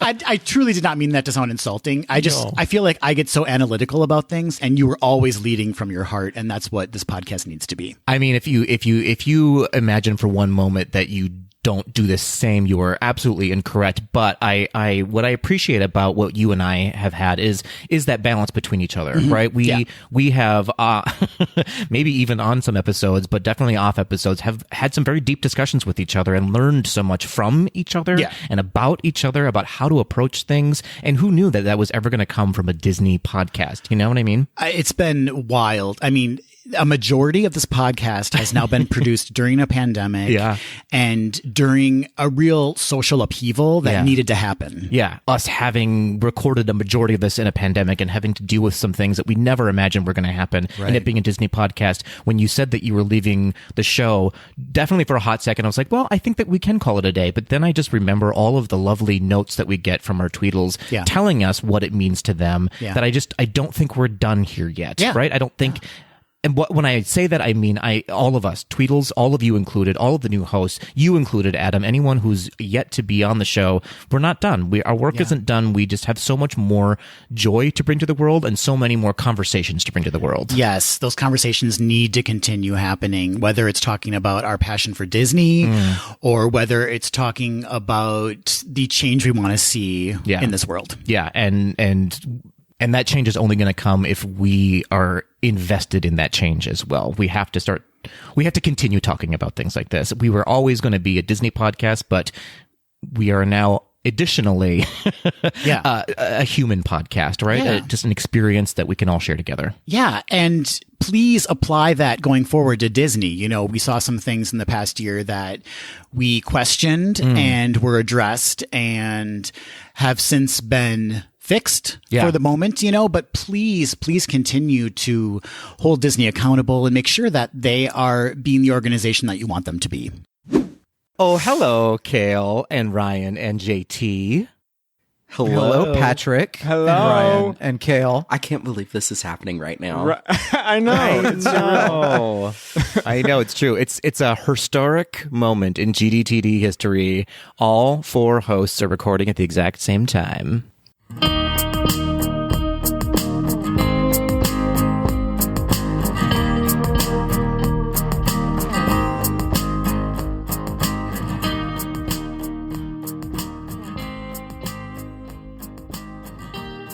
Fun fact for all of our Tweedles out there, when we start recording, we do a countdown and then we do a snap. This was the first time I think all 4 of us snapped at exactly the same time. It was really magical in my ears. So growth. It's growth. It's growth. That's we finally growth. we can finally. It had to happen sometime. Yeah. And now, why not now? Why not now? It only took us 5 years to get there, but that's right. Oh my gosh. Okay, so before we start, the rest of the episode is going to be Questions and PeterPanswers. You all have sent us in a million questions, and we're so excited to talk about them. We have questions for each other, too, as hosts. But as I was listening to the 5-year reel, what stuck out with me, this has nothing to do with Disney, but like when we started, we've now been recording, not in a pandemic, but like not in the same room, all of our hosts, more than we've been in the same room. That means like me and Adam and all of us together. So that's crazy. But like listening to the part where we like start going through the pandemic made me a little like nostalgic and emotional and sort of like it gave me the weirdness. Like I started going back to like, remember when we used to wear like outside shoes and indoor shoes and we would like wash bananas before we peeled them? Like what a wild 5 years it's been. Yeah. It was a little traumatic listening to that part of the reel slightly, but for a little nostalgic too. Remember 5 years ago when we would change underwear every day? Like the biggest waste of time. And look at us now. Look at us now. Yeah, remember Look when at me now. when we wore pants and shoes? What a weird time. What an odd way to live. What were we doing back then? Oh, amazing. All right, so here we are 5 years later. Before we get into it all, I just want to thank all of you for being part of this podcast. Like I couldn't have selected 3 more unique, different personalities that bring so much to the podcast. It's just been so much fun this past year, seeing where the show has gone because of what you guys are bringing to it. So just thank you for that. I really appreciate all of you, and I know our Tweedles do as well. Well, you're welcome. Thanks, Patrick. It's an honor being here. That's like when someone says I love you and they're like, thank you. Yeah. Thank you. Thank you. I know. I know. No, I will speak for me shortly and quickly, but this has been a truly incredible experience, and I'm so happy that I share it with the 3 people that I share it with. So thank you very much. I completely agree. Our little family is magical, and that includes all of our Tweedles too. We have a really magical, strange, and wonderful little spot on the internet, and we're so glad that all of you all are willing to be along for the ride. I guess I'll say something. No, I echo all that. I mean, Patrick, I think I told you, and I think I said this like on my first episode, but it's truly an honor that you asked me to do this, and it still is. And I mean, you and I were friends before this, and I knew all of you before this, like on Instagram. I mean, on social, but just to do this with the 3 of you is so incredibly special, and just even beyond the podcast, like I know that we can lean on each other for other things. I know I can go to any one of you if I'm having a bad day, and you will instantly make me feel better. And so I truly appreciate that. It's a really special thing that we have, and I am incredibly grateful for each and every one of you. So, and our Tweedles too. It's been great because I've gotten to meet so many people through this. That's just so many amazing people. True. It's incredible. True story. Here's one of my favorite things about JT. JT goes, I didn't have anything prepared. And then you give him a microphone and he's like, don't make me sing. And then he just has a speech. He's got a speech that's been in his head. No, it's great. Like you're just so well spoken. He's an actor. He sees the words on the screen. Oh no. Nope, we're not getting into that. Okay, it's squashed. I won't do it. It's a quash. That's correct. That's the correct answer. Oh, gosh. All right. So should we get into our questions and PeterPanswers from our Tweedles, you guys? Let's do it. I am ready, Lyle. Come on. All right. So the first one, I feel like, yeah, correct, is from @MagicalTravels with Randy, just saying, where the hell did time go? I mean, Truly that. right? Where to go? Yes. No, where did it go? It has felt like it doesn't feel like 5 years. Like, I know it's cliche to say, but it absolutely feels like it's been 13 seconds since we started this, because I like when Adam left the show and there was a decision of like, should we keep going? Should we stop? What I was like, no, we have centuries of topics to talk about still on Gaze to the D. So there's no way we can stop now. And I don't foresee us stopping anytime soon, but you know. You know what's crazy to think about is 5 years ago, yes, it feels like 13 seconds ago, but it also feels like 15 years ago at the same time. Fair. Like, I don't know about y'all. No, but you're I think exactly about right. Yeah. I think about where I was in life whenever I first started listening to GDTD versus now, and I truly feel like a completely different person. Do y'all feel the same at all? Completely. But even like to think of where I was in life when I started as a co-host with GDTD, I mean, that even feels insane. Do you know what I mean? And so, but yeah, it's insane. 5 years. It's crazy. I mean, we've all been through so much collectively and individually that it's just incredible, like the journey. That's a great point. I mean, like, and all of our Tweedles have been along with us the entire time. Very much so, yeah. Yeah, through like civil rights upheavals, through a pandemic, I mean, so much change has happened in the world, and it's been so interesting, and something that I feel proud of all of us on Gaze to the D, that we just are never afraid to talk about it either, and we bring it up on the show, and you heard a little bit about it in you know, the 5-year reel, that it's just, life happens outside of Disney as well, and we have to collectively go through it together. So we're so grateful. It do be happening. Yeah, we're so grateful that we have such emotionally strong Tweedles who are there with us and who are going through this with us as well. So, and hopefully, like, you know, I mean, this has been something where people can, like, you know, during that time, people could get away and like kind of forget about everything for a little bit and just like listen to a podcast about Disney and, you know, kind of feel like they're with like-minded people. I mean, I know, like, before I joined as co-host, I mean, I would go on my little pandemic hot girl mental health walks, you know, in the neighborhood, and I'd pop in, I'd put on the podcast, and like that would get me through, you know? Yeah. Absolutely. I love that. Well, we didn't expect to go down that tangent from just a question of where the hell did time go, but great question. Great question, turns out. Yes. Us go down a tangent? No. Yeah, that never ever happens. All right, let's move on to another one. Oh, I like this one. This is kind of on the opposite end of that. So @C_Ross22_ asks, what are 5 accomplishments you want to make in the next 5 years of GDTD? So I don't know if we have to do like 5 each, but let's like come up with 5 accomplishments we want to do on the podcast. That's a great question. Yeah. Phase Patrick out. Phase Patrick out. Yeah. Listen, that's on my list as well, to be very clear. Phase It better Patrick not out. be. No, it's totally better not be. I feel like with as much that we talk about Jodi Benson on the podcast, I'm manifesting that Jodi Benson is going to be on the podcast. I love this. She's available. I agree, but here's the deal. I will fight someone with my bare hands to be the host of that episode. Well, I think we need to all be, if Jodi Benson is doing it, I feel like all of us need to be. I love you guys so much, but absolutely not. I agree. I have to agree. If that's the case, y'all can have it. Patrick, you are not the Barbara Walters of this podcast. I will burn this podcast to the ground before that happens. So what were you thinking? I will What were you thinking? Oh dear. Okay. So Jodi Benson. What else? What's another accomplishment we want? I don't know. I'm thinking a little bit bigger, because I think that 5 years, you know, is a lot of time. I would love for us to have a panel at D23. Ooh. Okay. Yes. Okay. I would.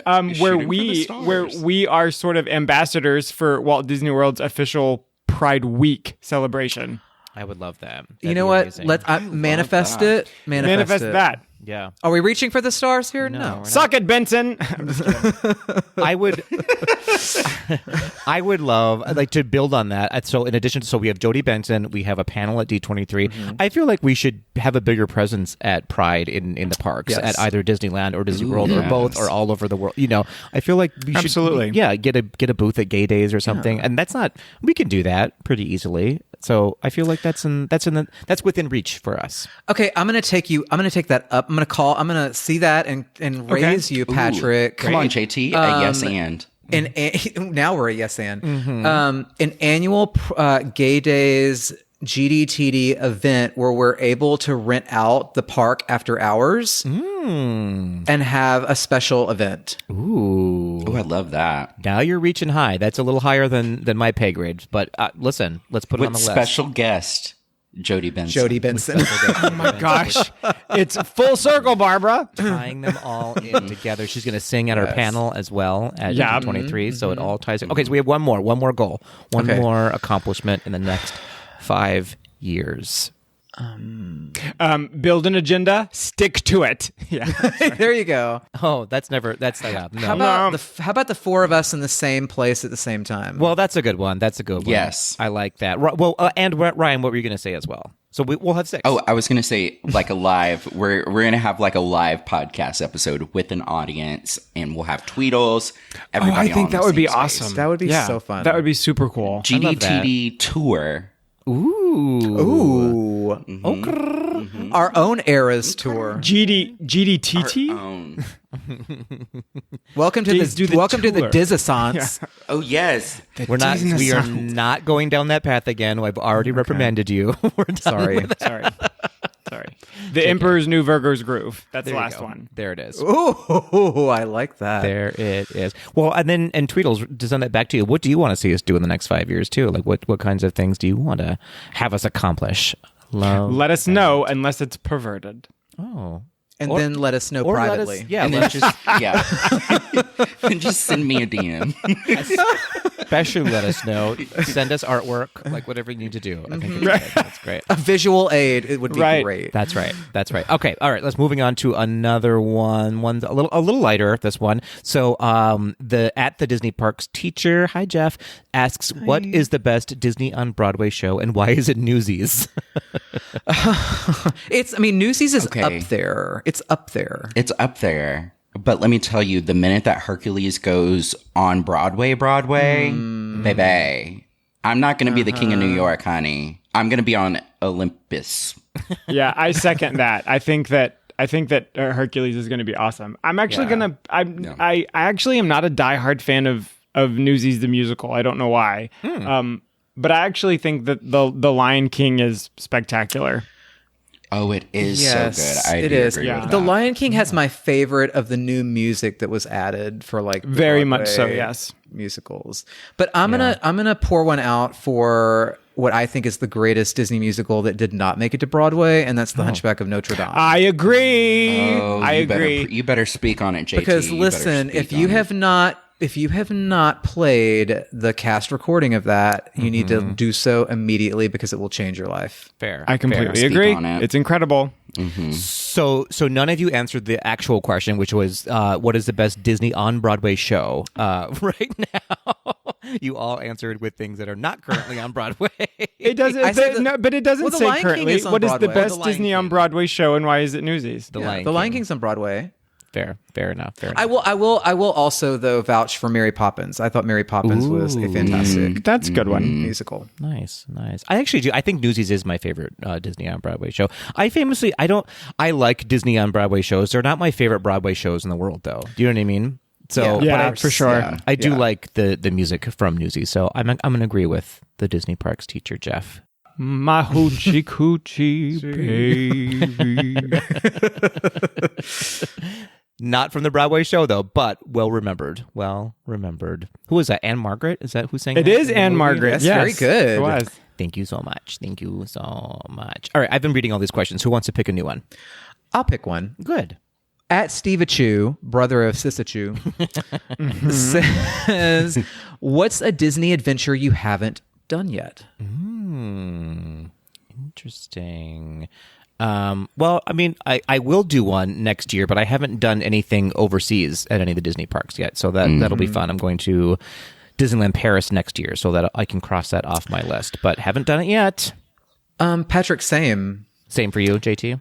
Yes, I mean, I have not done overseas, and I am doing Disneyland Paris next year, I think. Fun. But mine would be a Adventures by Disney trip. Yeah. Nice. Money. Yeah. JT's got money. Remember, the question is, what have you not done? Yeah. Clear. To be clear. I haven't been on a Disney cruise yet. Yeah, same. And I really want to do that at some point in 2024. I have never been to Disneyland and Shan't. Disneyland what? And Shan't. Kale apparently doesn't want to go to Disneyland.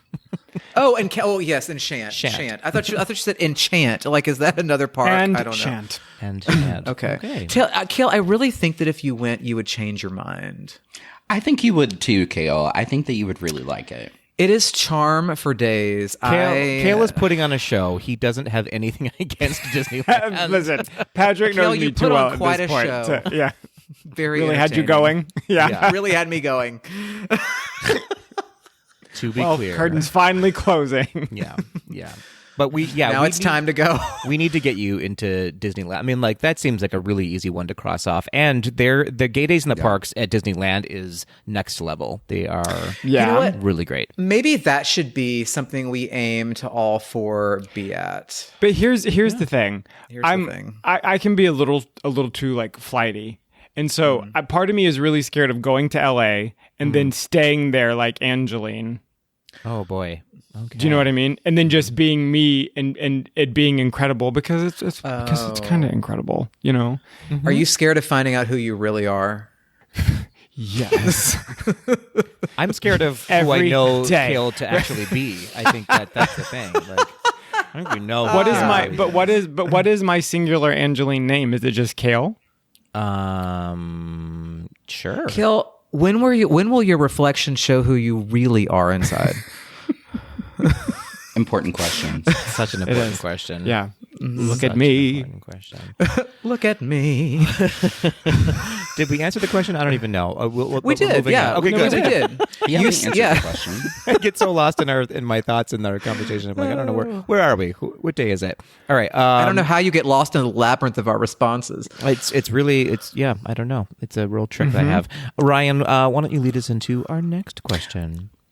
Okay, Slay. I'm going to pick this one because I think that this is a hilarious question. The question is from Juin at Jedi Trousers. If you could mash two Disney films together to create some kind of amazing chaotic crossover event, such as Yzma and Kronk at the Mad Tea Party, which would you choose? Ooh. I like this. I think I have my answer. Oh, I think I have mine too. Go Ryan. I'm going to mash up Oliver and Company and Zootopia. Ooh. Because the music would be amazing. Yes. Yeah. And we have like the animal bridge over to it. And we're in the big city, baby. Oh my God. That's genius, Ryan. Shakira cover of Why Should I Worry When? Like, how does that happen? Why should I worry? That's more Cher. Never mind. It was your that was very your Cher. Shakira impression was a dead-on Cher, JT. Very good. Yeah. That's how I get to Cher. I go through Shakira to get to Cher. Yeah. Go through Shakira to get to Cher. It's the on-ramp. It's the on-ramp to Cher. I am going to take I'm going to have the Sanderson sisters find the note that Jane and Michael sent asking for a nanny, and the Sanderson sisters will actually come to 17 Cherry Tree Lane and change. Jane and Literally Michael's just life. come up with that because that's genius. No, I came up with it at about 4:00 this afternoon. Okay, fair. JT, if there's not fan fiction about when we leave this recording and I Google this, if there's not fan fiction, I'm calling you and saying, write it. Okay, I will single-handedly sell my house and fund this writing venture. Yeah, that's incredible. Would that not be amazing? Yeah, that would be so good. Think about the Sanderson sisters loose in the house of 17 Cherry Tree Lane. Yeah, no, I mean, amazing. That's amazing. I love this. I love this journey. Okay, I win. Great. All right, Kale, Patrick, what you got? I honestly do not have one. I can't think of. Gotcha. I feel like there's something interesting with like Ursula in Finding Nemo. Like maybe she's why Dory doesn't have a memory. Like she stole Dory's memory. Right. Maybe. Yes. Oh no. That's a good one. Oh no. Oh my That god. is so funny.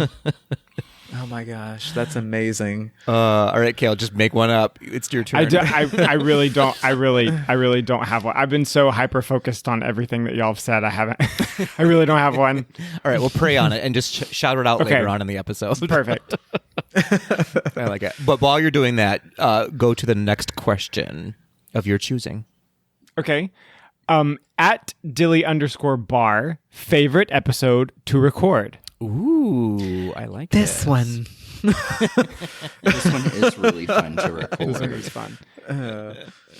I will say, I think still to this day, my favorite one is before I was a permanent co-host and I was filling in for Adam, and you and I did a take 2 on Emperor's New Groove.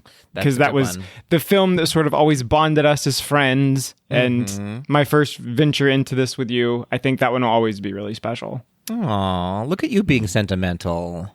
Mm-hmm. I think mine. The Emperor's New Groove and Lion King. That's my crossover. Ooh, that's good. That's good. There it is. It hit. Wait, could it be like a No, it's like he somehow takes a potion that turns him briefly into a hyena, and during like be prepared, he's like, wait, what? Like he doesn't like he's like, whoa, what? I joined the wrong, like that kind of thing. Very confused. Yes, by Ed. the whole thing. Yes, But could you imagine an Yzma Scar spinoff? Yes, yes, I could. Like that they're in love. Yes.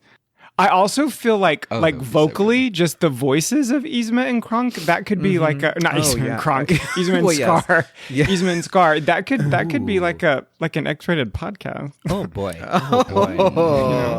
Oh, ASM and R. Oh my stars! ASM rated R. ASMR.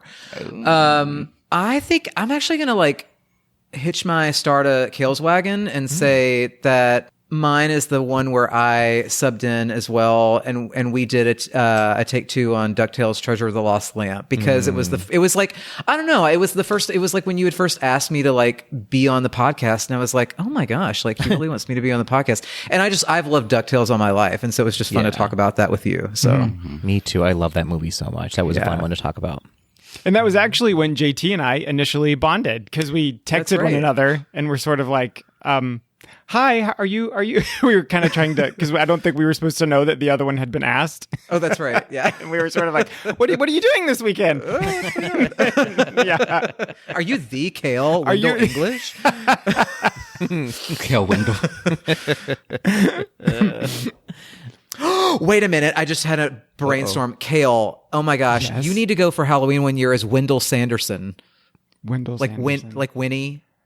Oh, that's hilarious. That actually is. Funny. But you guys already voted me Billy Butcherson, so we can just move on, JT, right. if that's okay. Yeah. Kale, the entire world they did. voted you. No, as listen. Billy Butcherson. Listen. I've never been just dragged in my DMs repeatedly by people going, sorry, but it's true, over and over again for a full 7 days. So, dear. Oh dear. Mm-hmm. Oh dear. If only I could sew your mouth shut. Oh, that would be such Oh a God. treat. Okay. Oh my stars. Oh my Oh my gosh. stars. Oh my gosh. On that note, my favorite episode. Yes. So I was never subbed in. So, but no, I'm just kidding. But I was never subbed in. But my favorite episode to record was actually my review of Wakanda Forever. It was the very first time that I got to talk about the underrepresentation of Black Disney fandom, and also how important Black Panther and the story of Wakanda is to Black people, especially in America. Since none of us know exactly where we're from in Africa, it's almost a place where we're all from because it's not real, and we get to celebrate our African roots through Black Panther. So that was really special to me to talk about. I love that. I loved that episode as well. It was such a, I mean, I love that movie as well, but yeah, we had a lot of really great feedback from that episode. It was such a great conversation we had. We took it to places I didn't think that we were going to, and it was great. I really loved it. Yeah. Really, really loved it. And thank you for dragging me for not having you on the podcast, but prior to... it's okay. It's okay. Patrick, it's okay. You went and saved the best for last. Listen. Yeah, it's okay. Listen, we live and we grow. We live and we grow. That's absolutely right. Favorite episode to record? Okay, so I'm sorry to say this was prior to you two, but two come to mind. I know. Two come to mind, but obviously, like, interviewing Susan Egan was a highlight of my life. No, okay, fair. That's fair. That's fair. Yeah, take it. I can't imagine. That's fair. My life. But my favorite episode to record, though, because he was so gracious in the conversations that we had, was when we got to interview Don Hahn. Yes. All these superstars. So amazing. But the conversations that we had about the movie Howard that he directed and basically created was so, it was so fascinating for us to have this, you know, heteronormative straight man on the show who directed a movie about this queer icon that people didn't know was a queer icon at the time of his reign in Disney history. It was just so fascinating, and he couldn't have been a better guest. I don't know if we talked about it on the podcast, but like he came so prepared for the episode. Like he was recording his own track and he sent it to us. It was the time that these wildfires were happening in California where he lives, and he like recorded the episode with us while there was a wildfire in the background. Like he was amazing to talk to, and it was just such a quintessential Gaze to the D moment of like having this amazing epic conversation with the man who directed the movie about the man that we all celebrate here on the podcast 1,000 times every episode. Right. So, you're definitely excused for both of those. Those were two. That's true. I mean, yeah, for sure. But that being said, I really did love not editing, but I loved listening to our Hocus Pocus episode when we were all on the episode for the first time. Oh no, people still will write me about that one and how that's the most hilarious thing they've ever heard. It's just wild. Buckle up. Yeah, we'll get it for this one too. Yeah, if you like that, you'll love. If you like that, you have a horrible taste in podcasts. But, oh goodness. Oh, I love it. Oh, that was fun to reminisce about that. Let's see. Okay. Here's a fun one. All right. So at Mikey Likes It asks, what is the absolute worst Disney dining experience that we should all avoid? Oh boy. Yowza. Is Pizza Rizzo still open? Because if that's the worst, I feel like. It is. I've never been there, but I have to say any type of Disney dining where you sit down and eat, just get up. What?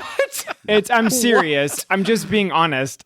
I stand by the fact that restaurants and Disney parks are what not that amazing. What restaurants are you going to? Well, I've been to a lot of them, but the only one to me that's ever worth going down and like sitting down at within a park is in a park. Okay. Yeah, is Brown Derby. But what about the hotels? Okay. Yeah. I mean, hotels. Yeah, but also, if I'm at Disney, I don't want to eat at the hotel. Sorry. Yeah, but like a Topolino's moment or like a California Grill Torpellini's, moment? yeah. I love a Topolino's. Topolino's, it's my favorite. Oh, but we're talking about the worst. I will tell you the worst that I've had, and apologies for anyone that likes this place, but truly the blandest, worst food I've ever had on property was Katsura Grill in the Japanese Pavilion in World Showcase. If you want to know like what a Japanese version of a Burger King would be, my stars. That is. Is that the hibachi restaurant that's there? No, oh, it's it is the quick service that is like kind of thankfully tucked away where you can barely see it. Oh, that's right. Yeah, it's like a Leon Chin basically. It's like a okay. I've never I don't even know if I've heard of this. Yeah, it's just like the food. It just was like horrible.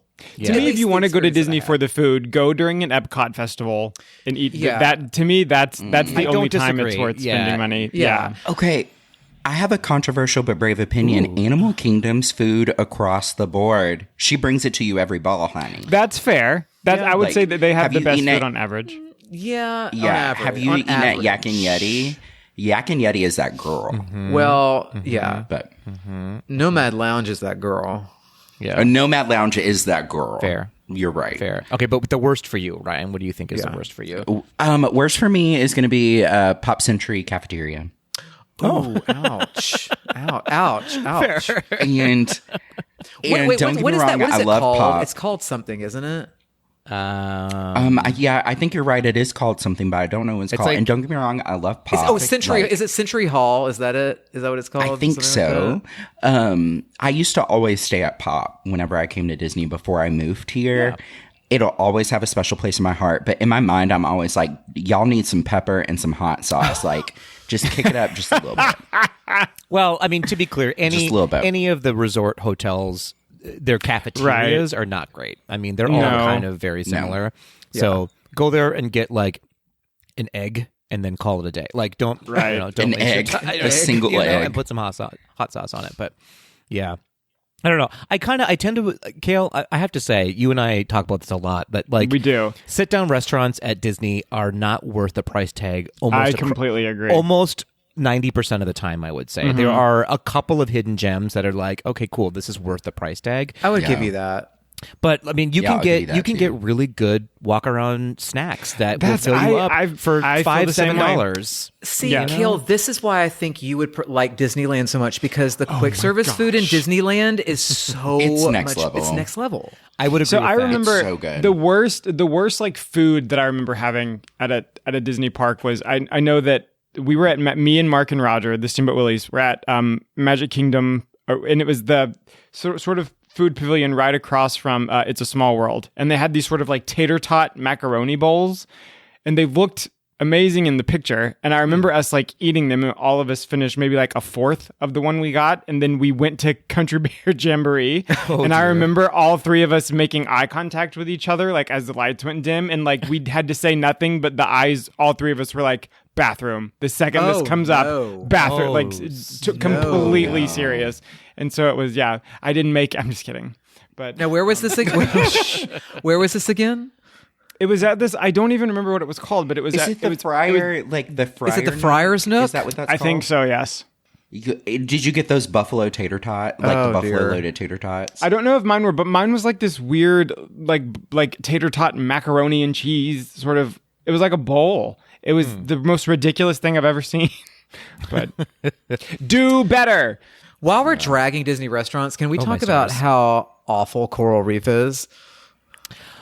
Oh, I don't know. I actually kind of. I really like Coral Reef. I don't. Maybe I had a bad. maybe I had a bad experience at Coral Reef. Oh, maybe. Well, who were you with, JT? Was it that Melanie? Yeah. That Melanie girl. That Melanie girl Sleeps outside occasionally. Right. Who lives Oh, God. outside temporarily. She would love a Coral Reef moment. No, it was actually a solo dining experience. Oh. All right. You know what? I can see that you maybe wouldn't have a good time there because I mean, Coral Reef is kind of a romantic-ish kind of a me, Yeah, and it was just me, and I don't like myself. So I'm just teasing. Yeah. Fair. No, JT, I love you. Patrick, like that's fair. I don't like you either. No, maybe I just maybe it is the ambiance in there is a little like hushed. Yeah. Like soft conversation. you know. Get out of here. You know what I mean? Go home. You want to have soft conversation? Go home. I'm serious.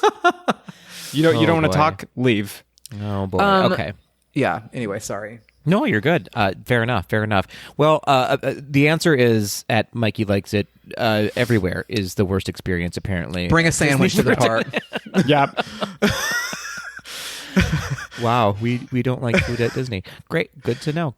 All right, let's see. You know what? This is the perfect time to move on. We actually got a voice memo question from A voice from at Hebdonde. Are you guys ready? Tennessee to represent. That's right. Come on, Tennessee. Here we go. Hi, this is Hibdonde, formerly known as Hi Bedonde, and I just wanted to take a minute to say congratulations on your anniversary episode and to say thank you for creating such a special show and creating a space for all of us who are queer and love Disney, and you all just do such an amazing job. So thank you. And also have to give a shout out to my friend Nikki, who introduced me to the podcast. So I saw JT when I was out in Nashville about a week ago, and after a couple tequila sodas, I agreed to send in a voice memo instead of just a message. So you're welcome, JT. And my question for you all is, what is the most prideful moment that you've had in the parks? And since you always say that you want more context whenever we tell you what we're celebrating or other things going on, I will give you my answer. So for me, it was the first time that I went to Disney World after being out, and I was so happy to be wearing my Pixar Pride t-shirt and my Pride Magic Band, and it was just such a special moment. And my friends and I were walking around the World Showcase and stopped by the PhotoPass photographer in Morocco, and she noticed my Pride gear that I had on and said, "Hey friend, I would like to do something really special for you if I could." And of course I said yes. So she had me standing there posing in front of the fountain in Morocco and holding both of my hands to my side. She took my photo and then did a magic shot and scanned my magic band and told me I'm an ally and always like to do something for LGBT plus community members whenever I see y'all at the park. So you'll see something really special show up on your app soon. And so then I excitedly launched my Disney World app and saw that there was a magic shot of me holding a rainbow in Epcot at Disney World. And it was just a really fun moment for me of validation about who I am and that people at Disney World cared. So that was my most prideful moment. What's yours? That is so sweet. That was really sweet. Long-winded, but very, very sweet. Kale. Can I say? Before you go, Yes. can I say two things? Like one, Hibdande understood the assignment. Like He did. He Truly did. He Truly came did. correct with a question Yes, and answered his own question and He gave us a came voice with memo. Yes, he It was came with amazing. 5 pages, He double listened spaced to my- typed. Yes. Yeah. He listened to Yeah. my feedback about context. He did, Yes. absolutely. And Yes. two, there's something about his voice that makes me melt a little bit. And, like it's like same. he sounds like whiskey. I could listen to I him imagine speak, whiskey yes. sounds. I love it. It's great. I'm It's like, the oh. same in it's the same in real life, by the way. Yeah. Okay. No, I will say shout out to he is a delight. If you ever get a chance to like meet him in the parks or wherever, he is truly a delight and a wonderful person. Aw. And I'm so glad that he sent in the voice memo after a couple of tequila sodas. Whatever it takes. Whatever it takes. I need more. I need so many more context. So much more context from whatever happened that night. Yes. We're not going to talk about it here on the pod. That's fine. But And I believe he is actually he is going to Disneyland, I believe, next week. I love it. I think with Nikki that he talked about who introduced him Aw. to the pod. Oh, that's so fun. Yeah. So. Hi, Nikki, and thank you, Nikki, for bringing Yes. him to our podcast. So, well What are our done. most prideful moments? Great question. I've had nothing but just horror stories from that. No, I'm just kidding. No, prideful moments. I mean, here's my answer. I feel like the last couple of years when Disney started letting their cast members like say things like Happy Pride, like the first time I heard a cast member say that out loud, I think like I literally started crying because it's such a magical moment of like, okay, Disney, you're getting there. You see us, you're meeting us where we need to be met. I think that's just a really special thing. But when we held and Ryan, you were there for it. Held our event at Luxury Lanes. What's it called? The bowling alley there. Splitsville? At Splitsville. Splitsville Luxury Lanes, and we got to hold our event there with a big raffle, and a bunch of our Tweedles came, and we raised a bunch of money for Equality Florida. That was such a magical moment, and all the staff members and the cast who were working there were so nice to us and so gracious, and gave us a bunch of stuff for free to celebrate with us. So that was an amazing moment that we had. That was my favorite moment for Pride. I love that. I think my most prideful moment was actually this year, because this was my very first gay days, when me, Patrick, and a few of our really great friends were all in the park together.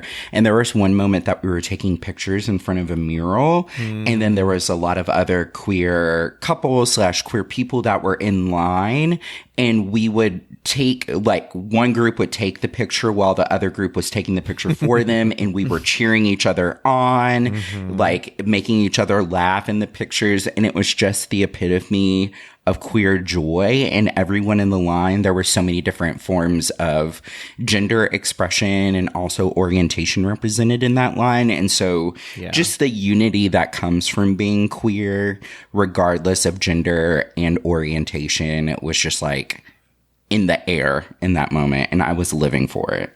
I love that. I remember that. That was such a great time. I loved it. That was a special moment. Great answer. Kale, do you have any prideful moments in the parks? Well, yeah, I mean, I know that I talk about them often, but 99% of my experiences at Disney parks have been with them. But the Steamboat Willies, when we really first started going and, sort of blogging our adventures and stuff on Instagram, I think that there was probably always a fear that for every 10 people that were very supportive and very proud and thought it was great, that there was going to be one or two that somehow were very against it, right? And that just never happened. I mean, every person that we ever came in contact with at the parks that recognized us or wanted a picture with us, I mean, it was nothing but an outpour of love and support and community and unity, like Ryan said. And so I think that probably is the proudest for me, just having a place where you can go. I can wear matching shirts and short shirts with my two other gay friends. We can put on mini ears. We walk around and it's nothing but happy smiling faces, right? There's no worry about walking down the street and being called a slur, or do you get what I'm saying? Yeah. It's a place of just safety and security, which is I mean, it's still kind of hard to find today, more harder than people think. Yeah. So 100%. Yeah. Absolutely. Well said. JT, what about you? I mean, I guess I think it would just be like anytime I wear my Gays Do the D merch in the parks, and that's not that is not a it's not a sales pitch, but no, truly, because I mean, it's right there on the shirt, right? Like it's, and then I think the added, I mean, it's not even a bonus. It's not even, I mean, it's bigger than a bonus, but it's like when your ally friends are with you in the parks and they're wearing their Gays Do the D merch too. Like when I've been in the park with Melanie and Melanie's like repping, and it's like, it's just, I don't know. It's just, it's like, it's right there on the shirt and it's just out there. And it is amazing. Like, you will have people come up to you and just say, hello, or just kind of express like their allyship or whatever, and it's really, I don't know, it's really gratifying. Yeah, I mean, I think we all I don't think we need to like dig anymore. Like all of our listeners know, like this is why there's this Venn diagram. Absolutely, the queer community and the Disney community, like it just pairs so well together. It just it makes sense. It makes sense. Well, what do you think, guys? Maybe time for one or two more questions, and then we each have a question for each other as well. So we want to get to those. We have questions. Kale, do you want to pick out our next listener question, and then maybe we'll go to our questions for each other? Sure. At Robstagram, GDTD podcast cruise win.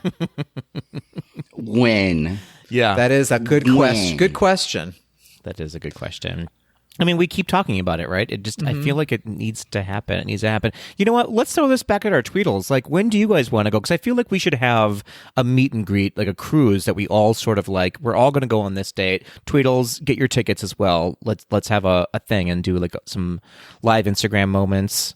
I think that would be a fun time. I say yes. Yes. It'll be like the Kesha cruise. I don't know. I feel like I've already done it. Oh. It's true. Kale's announcing he's leaving us because the Steamboat Willies are coming out with their own podcast, and so which will a podcast that I'm not the Billy Butcherson of. Yeah. Oh God. Yes, you are, Kale. I have to tell you. Yes, you are. But yeah, it needs to happen. I think it does. Yeah. JT, have you been on a Disney cruise? I have not been on a Disney. I have never been on a cruise. Oh, just period. Yeah, same here. Yeah. We got to do it. Now we have to. Yeah. Now it's non-negotiable. No, I would love to. I would love to cruise. I would love to go on a cruise. Well, you're doing it all the time apparently with Hibdande, but Jeez Louise. This is how you collected you need to item edit that out. Red for filth. Red for filth. Did you just call I'm me a just collector's item? Yeah. Absolutely. I didn't say you were cruising Hibdonde. I said you were cruising with Hibdonde in the bars. Ooh, dual effort. You were the Gabble sisters up in the bars. We were the Gabble sisters of the Nashville gay bar. Yes. I like it. I think it needs to happen. And there are some new cruise ships coming out, so maybe we need to Let's do it. Inaugurate some of those ships. Yes. Shout. Where our treasure is, there will our heart be also. Well, we all know where your treasure is, JT, and it's a collector's item. It's a collector's It is item. It is a collector's piece. Obsessed. Wow. Okay. So first of all, I've had too much whiskey. There's never enough. Thank you to all of our Tweedles who wrote in. We didn't get to all of your questions because you all sent us some great questions. We're going to save any question that we didn't get to for a future episode of Questions and Peter Panswers. But we love you guys so much. Thank you for supporting us and being curious about our lives and what we think. It just why? I don't know. I literally say it all the time. It sounds cliche and you think I'm kidding. I still don't understand why you are all listening to us and our numbers keep growing. It shocks me and it baffles me, but I appreciate it to no end. So I actually get it. Fair. And don't steal my Pocus Poppins idea, anybody. Yeah, that's true mine. story. Copyright me. 2023. Pocus Poppins. True story. Okay, so let's end with. So we all have we submitted a couple of questions for each other, but we only have time for one each. So let's all go through our questions for each other. JT, do you want to select one of your questions to ask the group? I would like that. Okay. Wait. I have a better idea. Uh-oh. Okay. How about JT picks one of Ryan's questions? Ryan picks one of my questions. I pick one of JT. You know what I'm saying? Now we're talking. That's why we have Kale on the podcast. Okay. Yeah. Look at Kale contributing finally. Look at Kale. Look at Kale. So you look at God. Look at God. Look at Kale. Won't he do it? Won't Kale do it? Won't he do it? He's an on-time Kale. An on-time Kale. Omnipresent. Okay, so whose question am I picking? You pick one of Ryan's. Okay, I'm Ryan picking one of pick Ryan's. Mine. I'll pick PK. Okay. Yeah. Okay. Now, are we all answering this question? Is that how this is working? The three of us that don't ask the. So Ryan, you won't answer this question. The three of us will answer. I think we we'll all answer the answer. question. Everybody can answer. Yeah. Okay. Yeah. Ryan, you can play. You can sit with us, Ryan. You can sit with us. Thank you. Yeah. Okay. Thank you. I can't sub in though. Okay. I love this question. Make the ultimate date night on property. Ooh, that's a good one. Okay. Ultimate date night on property. I'm gonna say it's me doing single rider lane all day long. Wow. I'm dating myself. Me, myself, and I. Right. Love Myself by Haley Stanfield. You better. Me, Myself, and I by Beyonce. Let's see. We're like the least romantic group that's ever happened. Now that I'm like thinking about it, my answer. I do think that there's something super, super sweet and romantic about watching a fireworks show with someone. Yeah. I do. Oh, for sure. Absolutely. That's true. I like that. The fire. Yeah, I mean it's literally the best thing you can do. I like it. Or like when you're in the basement or the attic part rather of a haunted mansion and it's like okay to get a little handsy. Oh, oh my stars. Oh.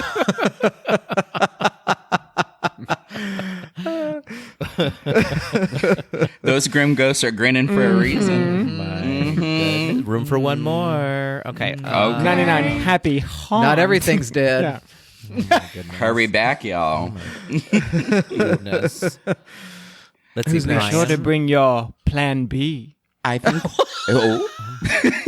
My stars. Don't forget to bring your prep certificate. I'm sorry. Nope. Yeah, we'll stop. We're not doing it. We're not going. Stop. Sorry. Okay, so I think if you're doing a date night on property, we're going to start with light bites because on a date you don't want to get too full. Just some light bites. You've got an itinerary. So you're going to get a picnic basket a to-go picnic basket at Wine Bar George in Disney Springs. So you can get a to-go picnic basket, walk over to Sarasota Springs, across the street, have a picnic.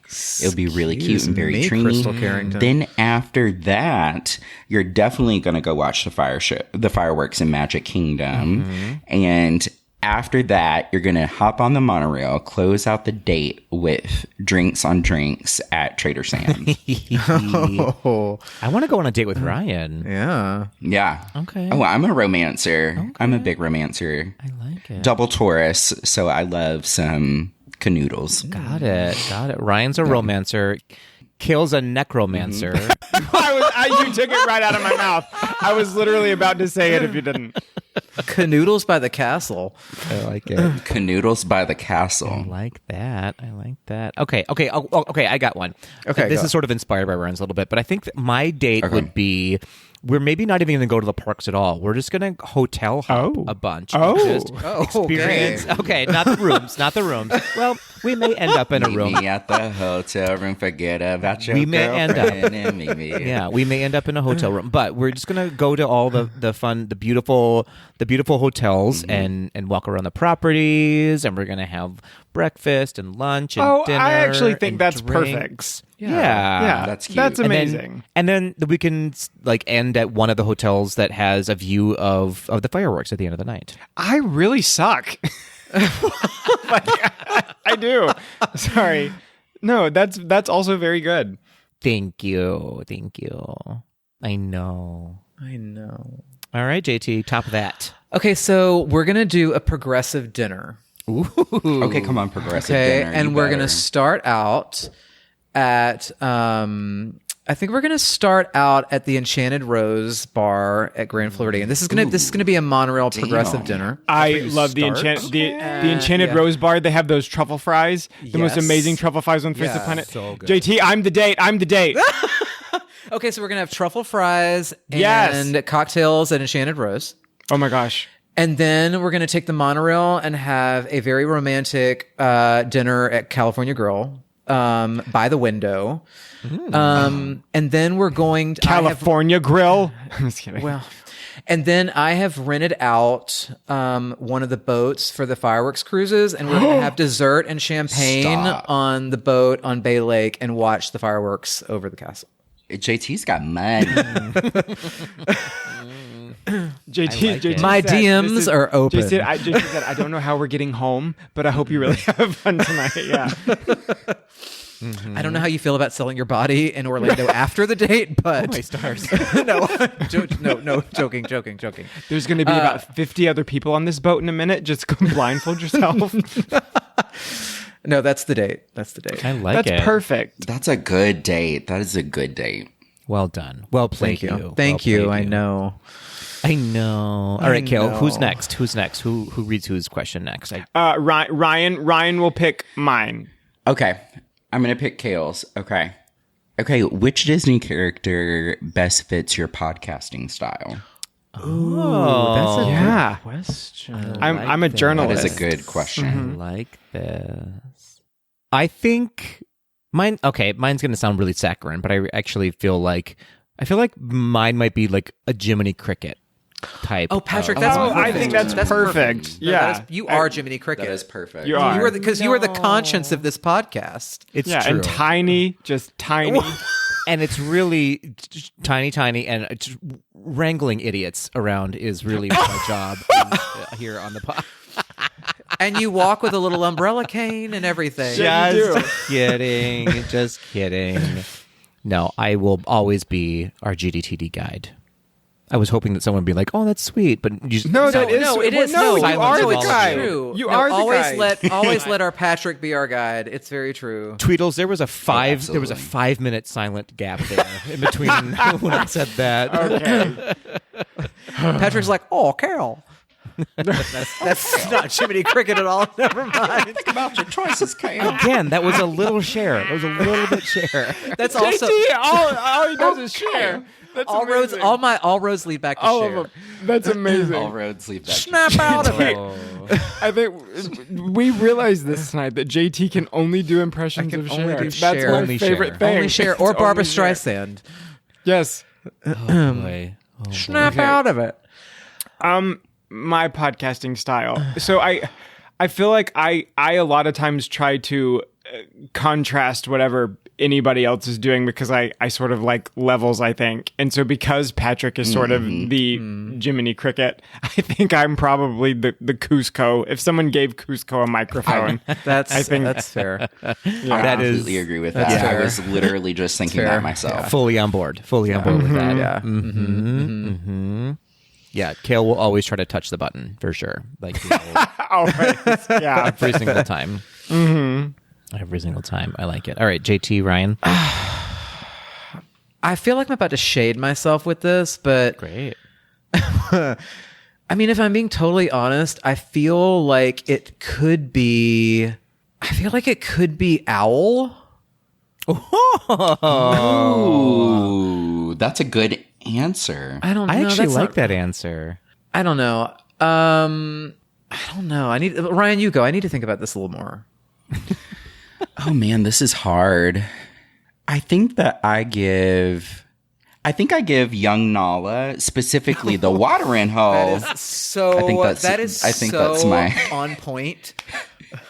I think that's my podcast That is style. on point. What's so good about the watering hole? I'm obsessed with that answer. But can I add a little bit to yours though? Like you're also a scotch like Sarabi as well from the line. Oh, I appreciate that. How about the way he just said, levels. oh. Yeah. Exactly. You serve both levels equally. Oh, I like that. I'm obsessed with that. Okay. All right, JT. Your Can time. y'all help me with this. Help me with this. Okay. Which Disney character is JT? JT, I liked your answer. I liked Owl. I don't like it anymore. All right, so which Disney character is problematic? Because that is what I'm getting from you right now. No, I'm trying to think of one. I'm trying to think of one that's like very, very wise. But to me, Owl is a little bit boring. You're not boring. No. I should hope not. No. Oh, no, I got it. JT, I think that you are what's the owl's name? I'm sticking with owls. What's the owl's name from Fox and the Hound? From Fox and the Hound. Oh, the mama owl? Yeah, your mama. The one that Pearl Bailey voices? Sure. So we've established you're a bird. Yeah, You're a definitely bird. Well, because you know what? I was also thinking maybe Zazu. Oh, that's a good I don't think you. That I is a think good you're more one. fun than Zazu. You're more fun than Zazu. Yeah, Zazu's Yeah. Zazu's a little.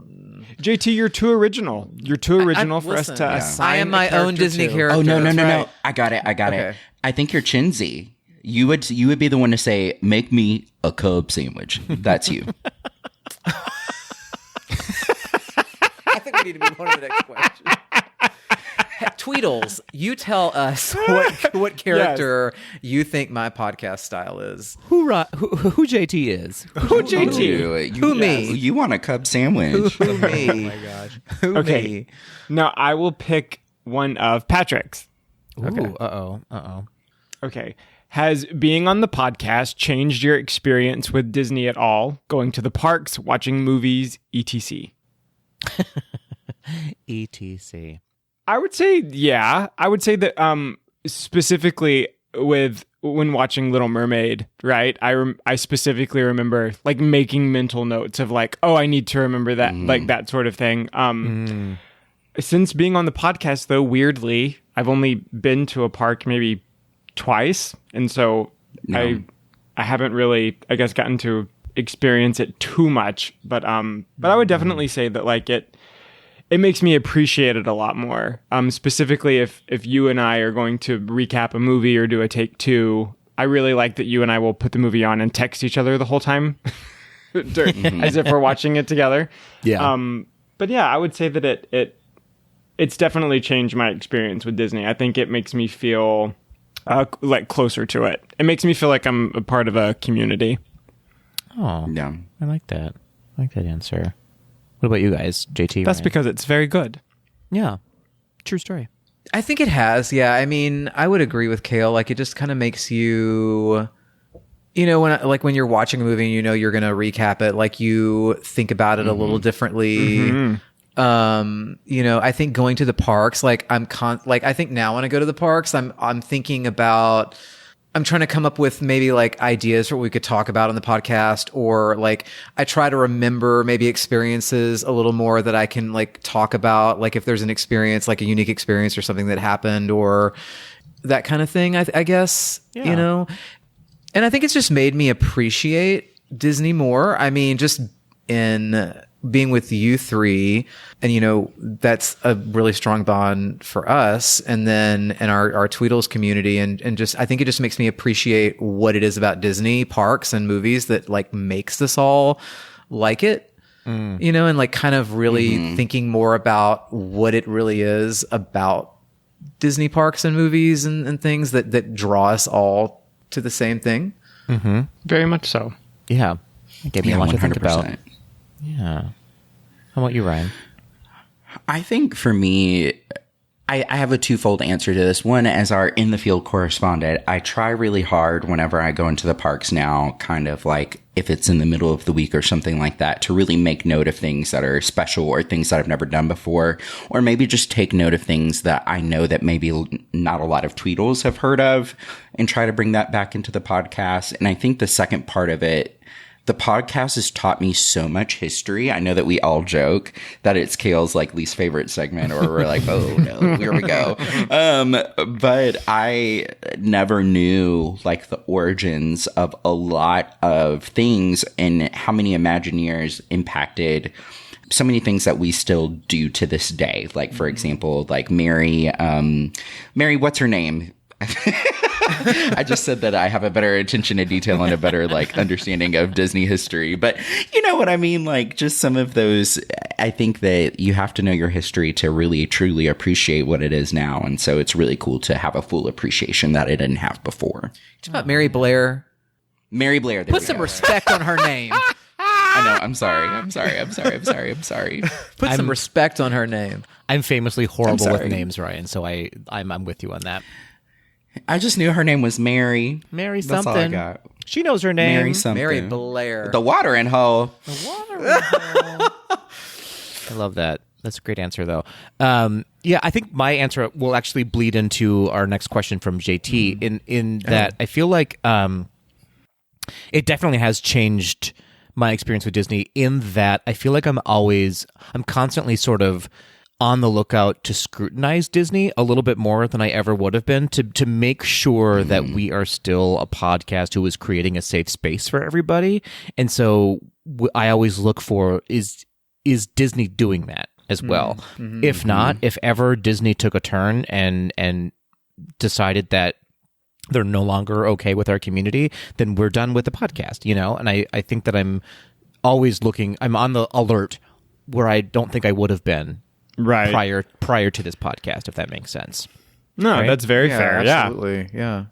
So I think it we've all kind of said the same thing. It just makes us more alert about Disney, in ways that we wouldn't have been before, because we're just thinking about the why behind Disney and is Disney still for us? And if not, then we don't have to be there for them. So thank goodness they are currently. If we see something, we say something. That's right. That's exactly right. So then our next question then comes from JT that sort of bleeds into that. Where do you see Disney going in the next 5 years? As far as parks, as far as filmed entertainment, as far as business, where do you think Disney is going to lead us in the next 5 years? Silence. You know, I mean, in reality, Tweedles, there was actually a little bit of a gap, and we all sort of think about it. But we're in an interesting spot right now with Disney. I think it's appropriate that we actually paused and thought about it because we don't really know. I think that Disney is in a really precarious time right now, as is the rest of the country, as is the rest of the world right now. Absolutely. So I think we're all really hopeful. I don't want to speak for all of us. I guess I'm really hopeful. Can we say where we want Disney to be in 5 years from now? I think so. I think that can be part of it for sure. Yeah. I want a 2-dimensional animated full-length feature about 2 gay princes. Oh, yeah. Hell yeah. Red, White, and Royal Blue, the animated movie. No, absolutely not. But yeah, no, I'm with you. I mean, like we've been shouting this forever of like they're not doing enough. Like we're appreciative of like, but we're no longer going to be starving for crumbs anymore when it comes to gay representation. So let's get there in the next year, not even 5 years, in the next year. No, I completely agree. Yes. I do see a pivot back to 2D because it's classic. And I also envision in the next 5 years, we are going to have a lot more original stories. I think that we've kind of beat live reboots into the ground. And we need some more original content now. I don't want a single live reboot of anything in the next 5 years. I want brand new stories, and I want them to be animated. Yeah. I love that. I want to stand on your shoulders a little bit, Ryan, in that I want to see Disney stand on them. And you've said this a lot. I want to see Disney like get a little quieter with their stories sometimes. Ryan, you are always an advocate of like not everything has to be Pirates of the Caribbean. Not everything has to be a blockbuster hit. And I do miss the days when Disney did a little bit. Just quiet it down and don't be afraid of it, because I feel like you know, even with Haunted Mansion, they sort of went there, but didn't quite go all the way of like a really intimate, lovely story. And I want to see that a little bit more. I don't need an epic every single time. So I just want a giggle. That's all I want. Yeah, a sensible giggle. Absolutely. All right, JT, it was your question. You're the final one to answer.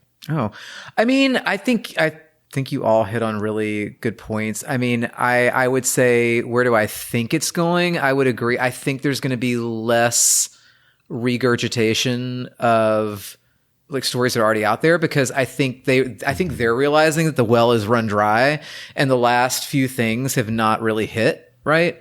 I mean, Little Mermaid did, but I mean, a lot of other things have not.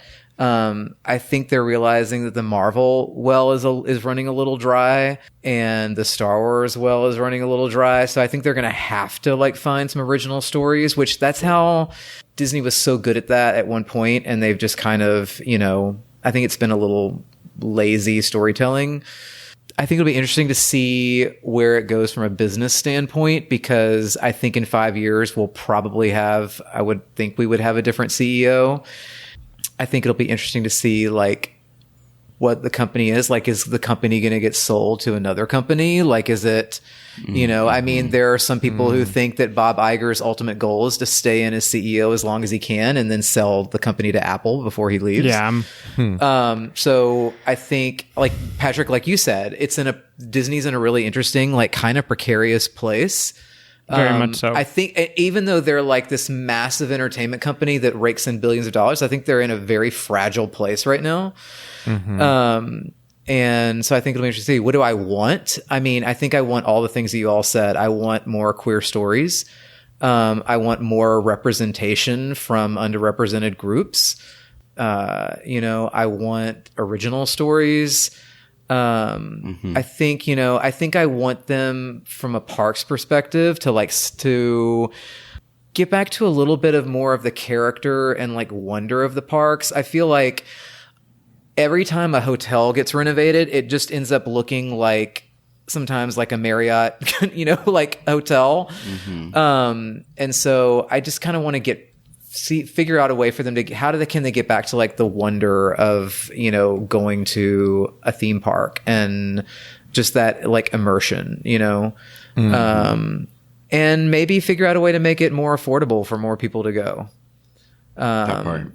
because it's really, I mean, I know we're all blessed to be able to go, but it's expensive, and a lot of people don't have access to be able to go, and it'd be great if they could figure out a way to make it more affordable for people. Yeah. Yep. Hear. Yeah. I mean, that's great. What we want across the board is just more inclusivity within Disney, and I really hope it's on its way. We think that it is, and yeah. So I realize that talked way too long. Never. Oh, not at all. Never. Well, this has been super fun, you guys. I thank you for the Tweedles. Thank you for listening to us for so long. But hopefully, this was informative for all of you, and thank you for sticking with us over the past 5 years. This has been an amazing experience for myself, and hopefully for all of you three as well. My lovely co-hosts. I want to pull it back to you guys of again, here's to another 5 years plus, hopefully, God willing, that we have more content to do. I just appreciate all of you so much. JT, your breadth of knowledge is unmatched, and your passion for Disney history and for what you hope Disney will be in the future is such an amazing thing to see, and I feel like I'm always running to catch up with you on your knowledge and your and what you bring to the table. And Kale, your enthusiasm for just telling the truth of how you feel about Disney at all times, honestly, is admirable. You're not afraid to call Disney out if you see something and you say something, and that is a trait that all of us should strive to have more in our lives. So I love that you bring that to the table. And Brian, your unique perspective on culture and community and awareness about what's going on in the world humbles me every time we record an episode together. So I strive to be more like that in you. I feel like we're all sort of like the Winnie the Pooh characters in the 100 Acre.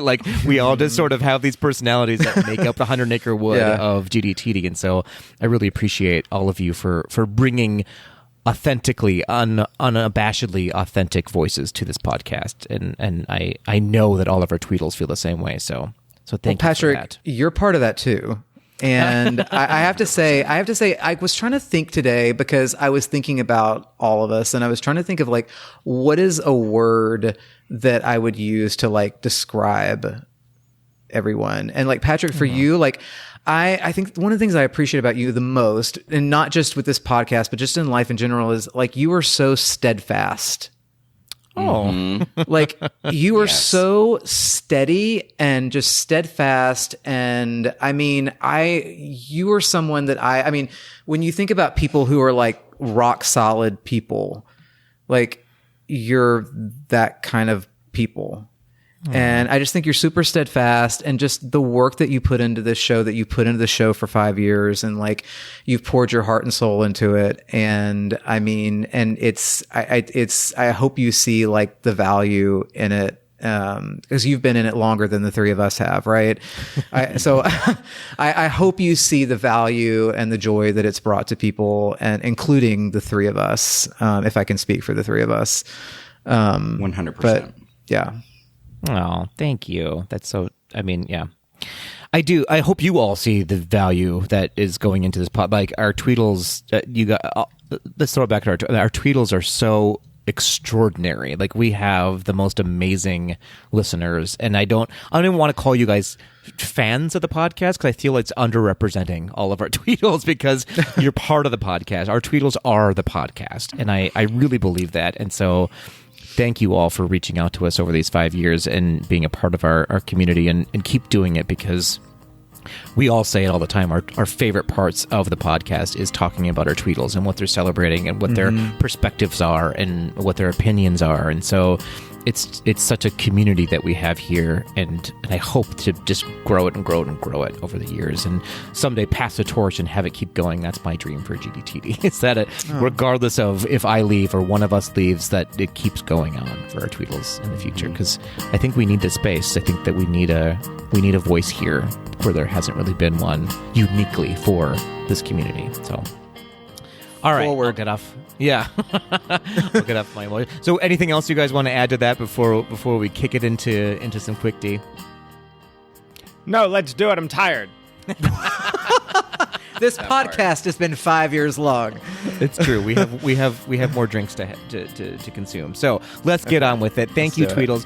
Again, if you have more questions for us, if you have some opinions for us, if you have some celebrations, you can always reach out to us on the social medias at GDTD Podcast, or leave us those voice memos or an email at info@gaystothed.com. Oh.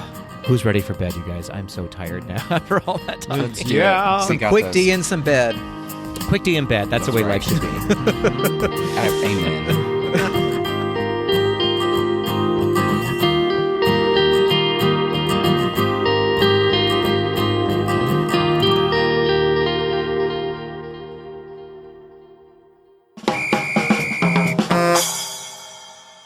Hey, Ryan. Hey, Kale. Hey, JT. Hey, Patrick. We did it. I didn't even we didn't rehearse that, you guys. I was we really didn't rehearse nervous it. just I then. was so nervous. I was like, wait, who do I say? Who do I say? Yeah. After during the break, you just scolded all of us for being pathetic co-hosts. I hope you feel good about yourself. I said a total of 0 words during that break. That is actually true. We said all the words during the break. It's correct. That's true. Oh, my goodness. Okay, we do have our 5-year anniversary quick D to get through.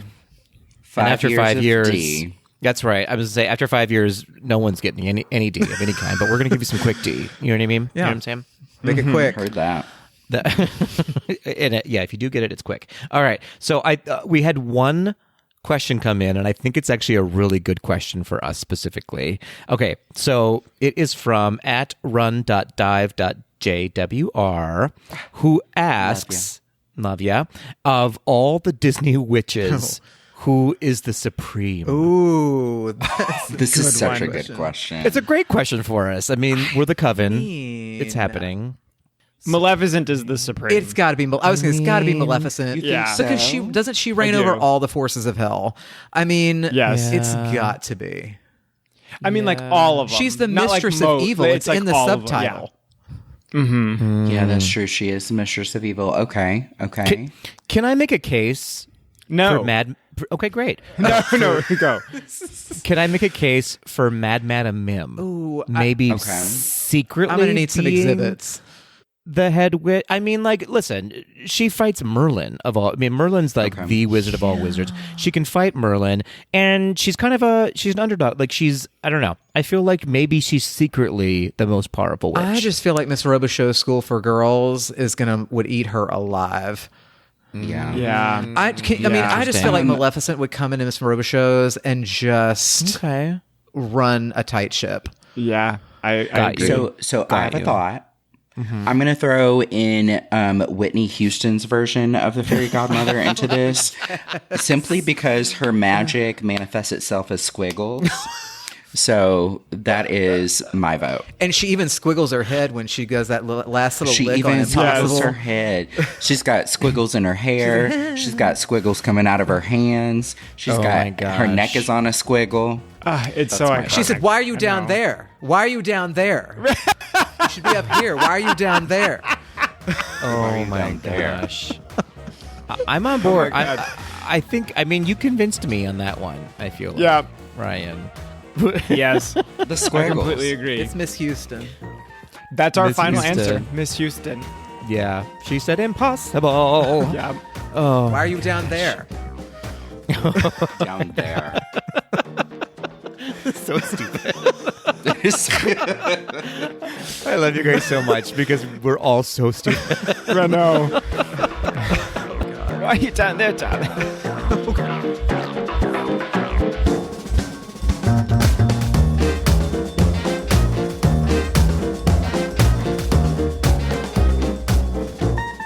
That will do it for this episode of Gays Do the D. Thanks for listening.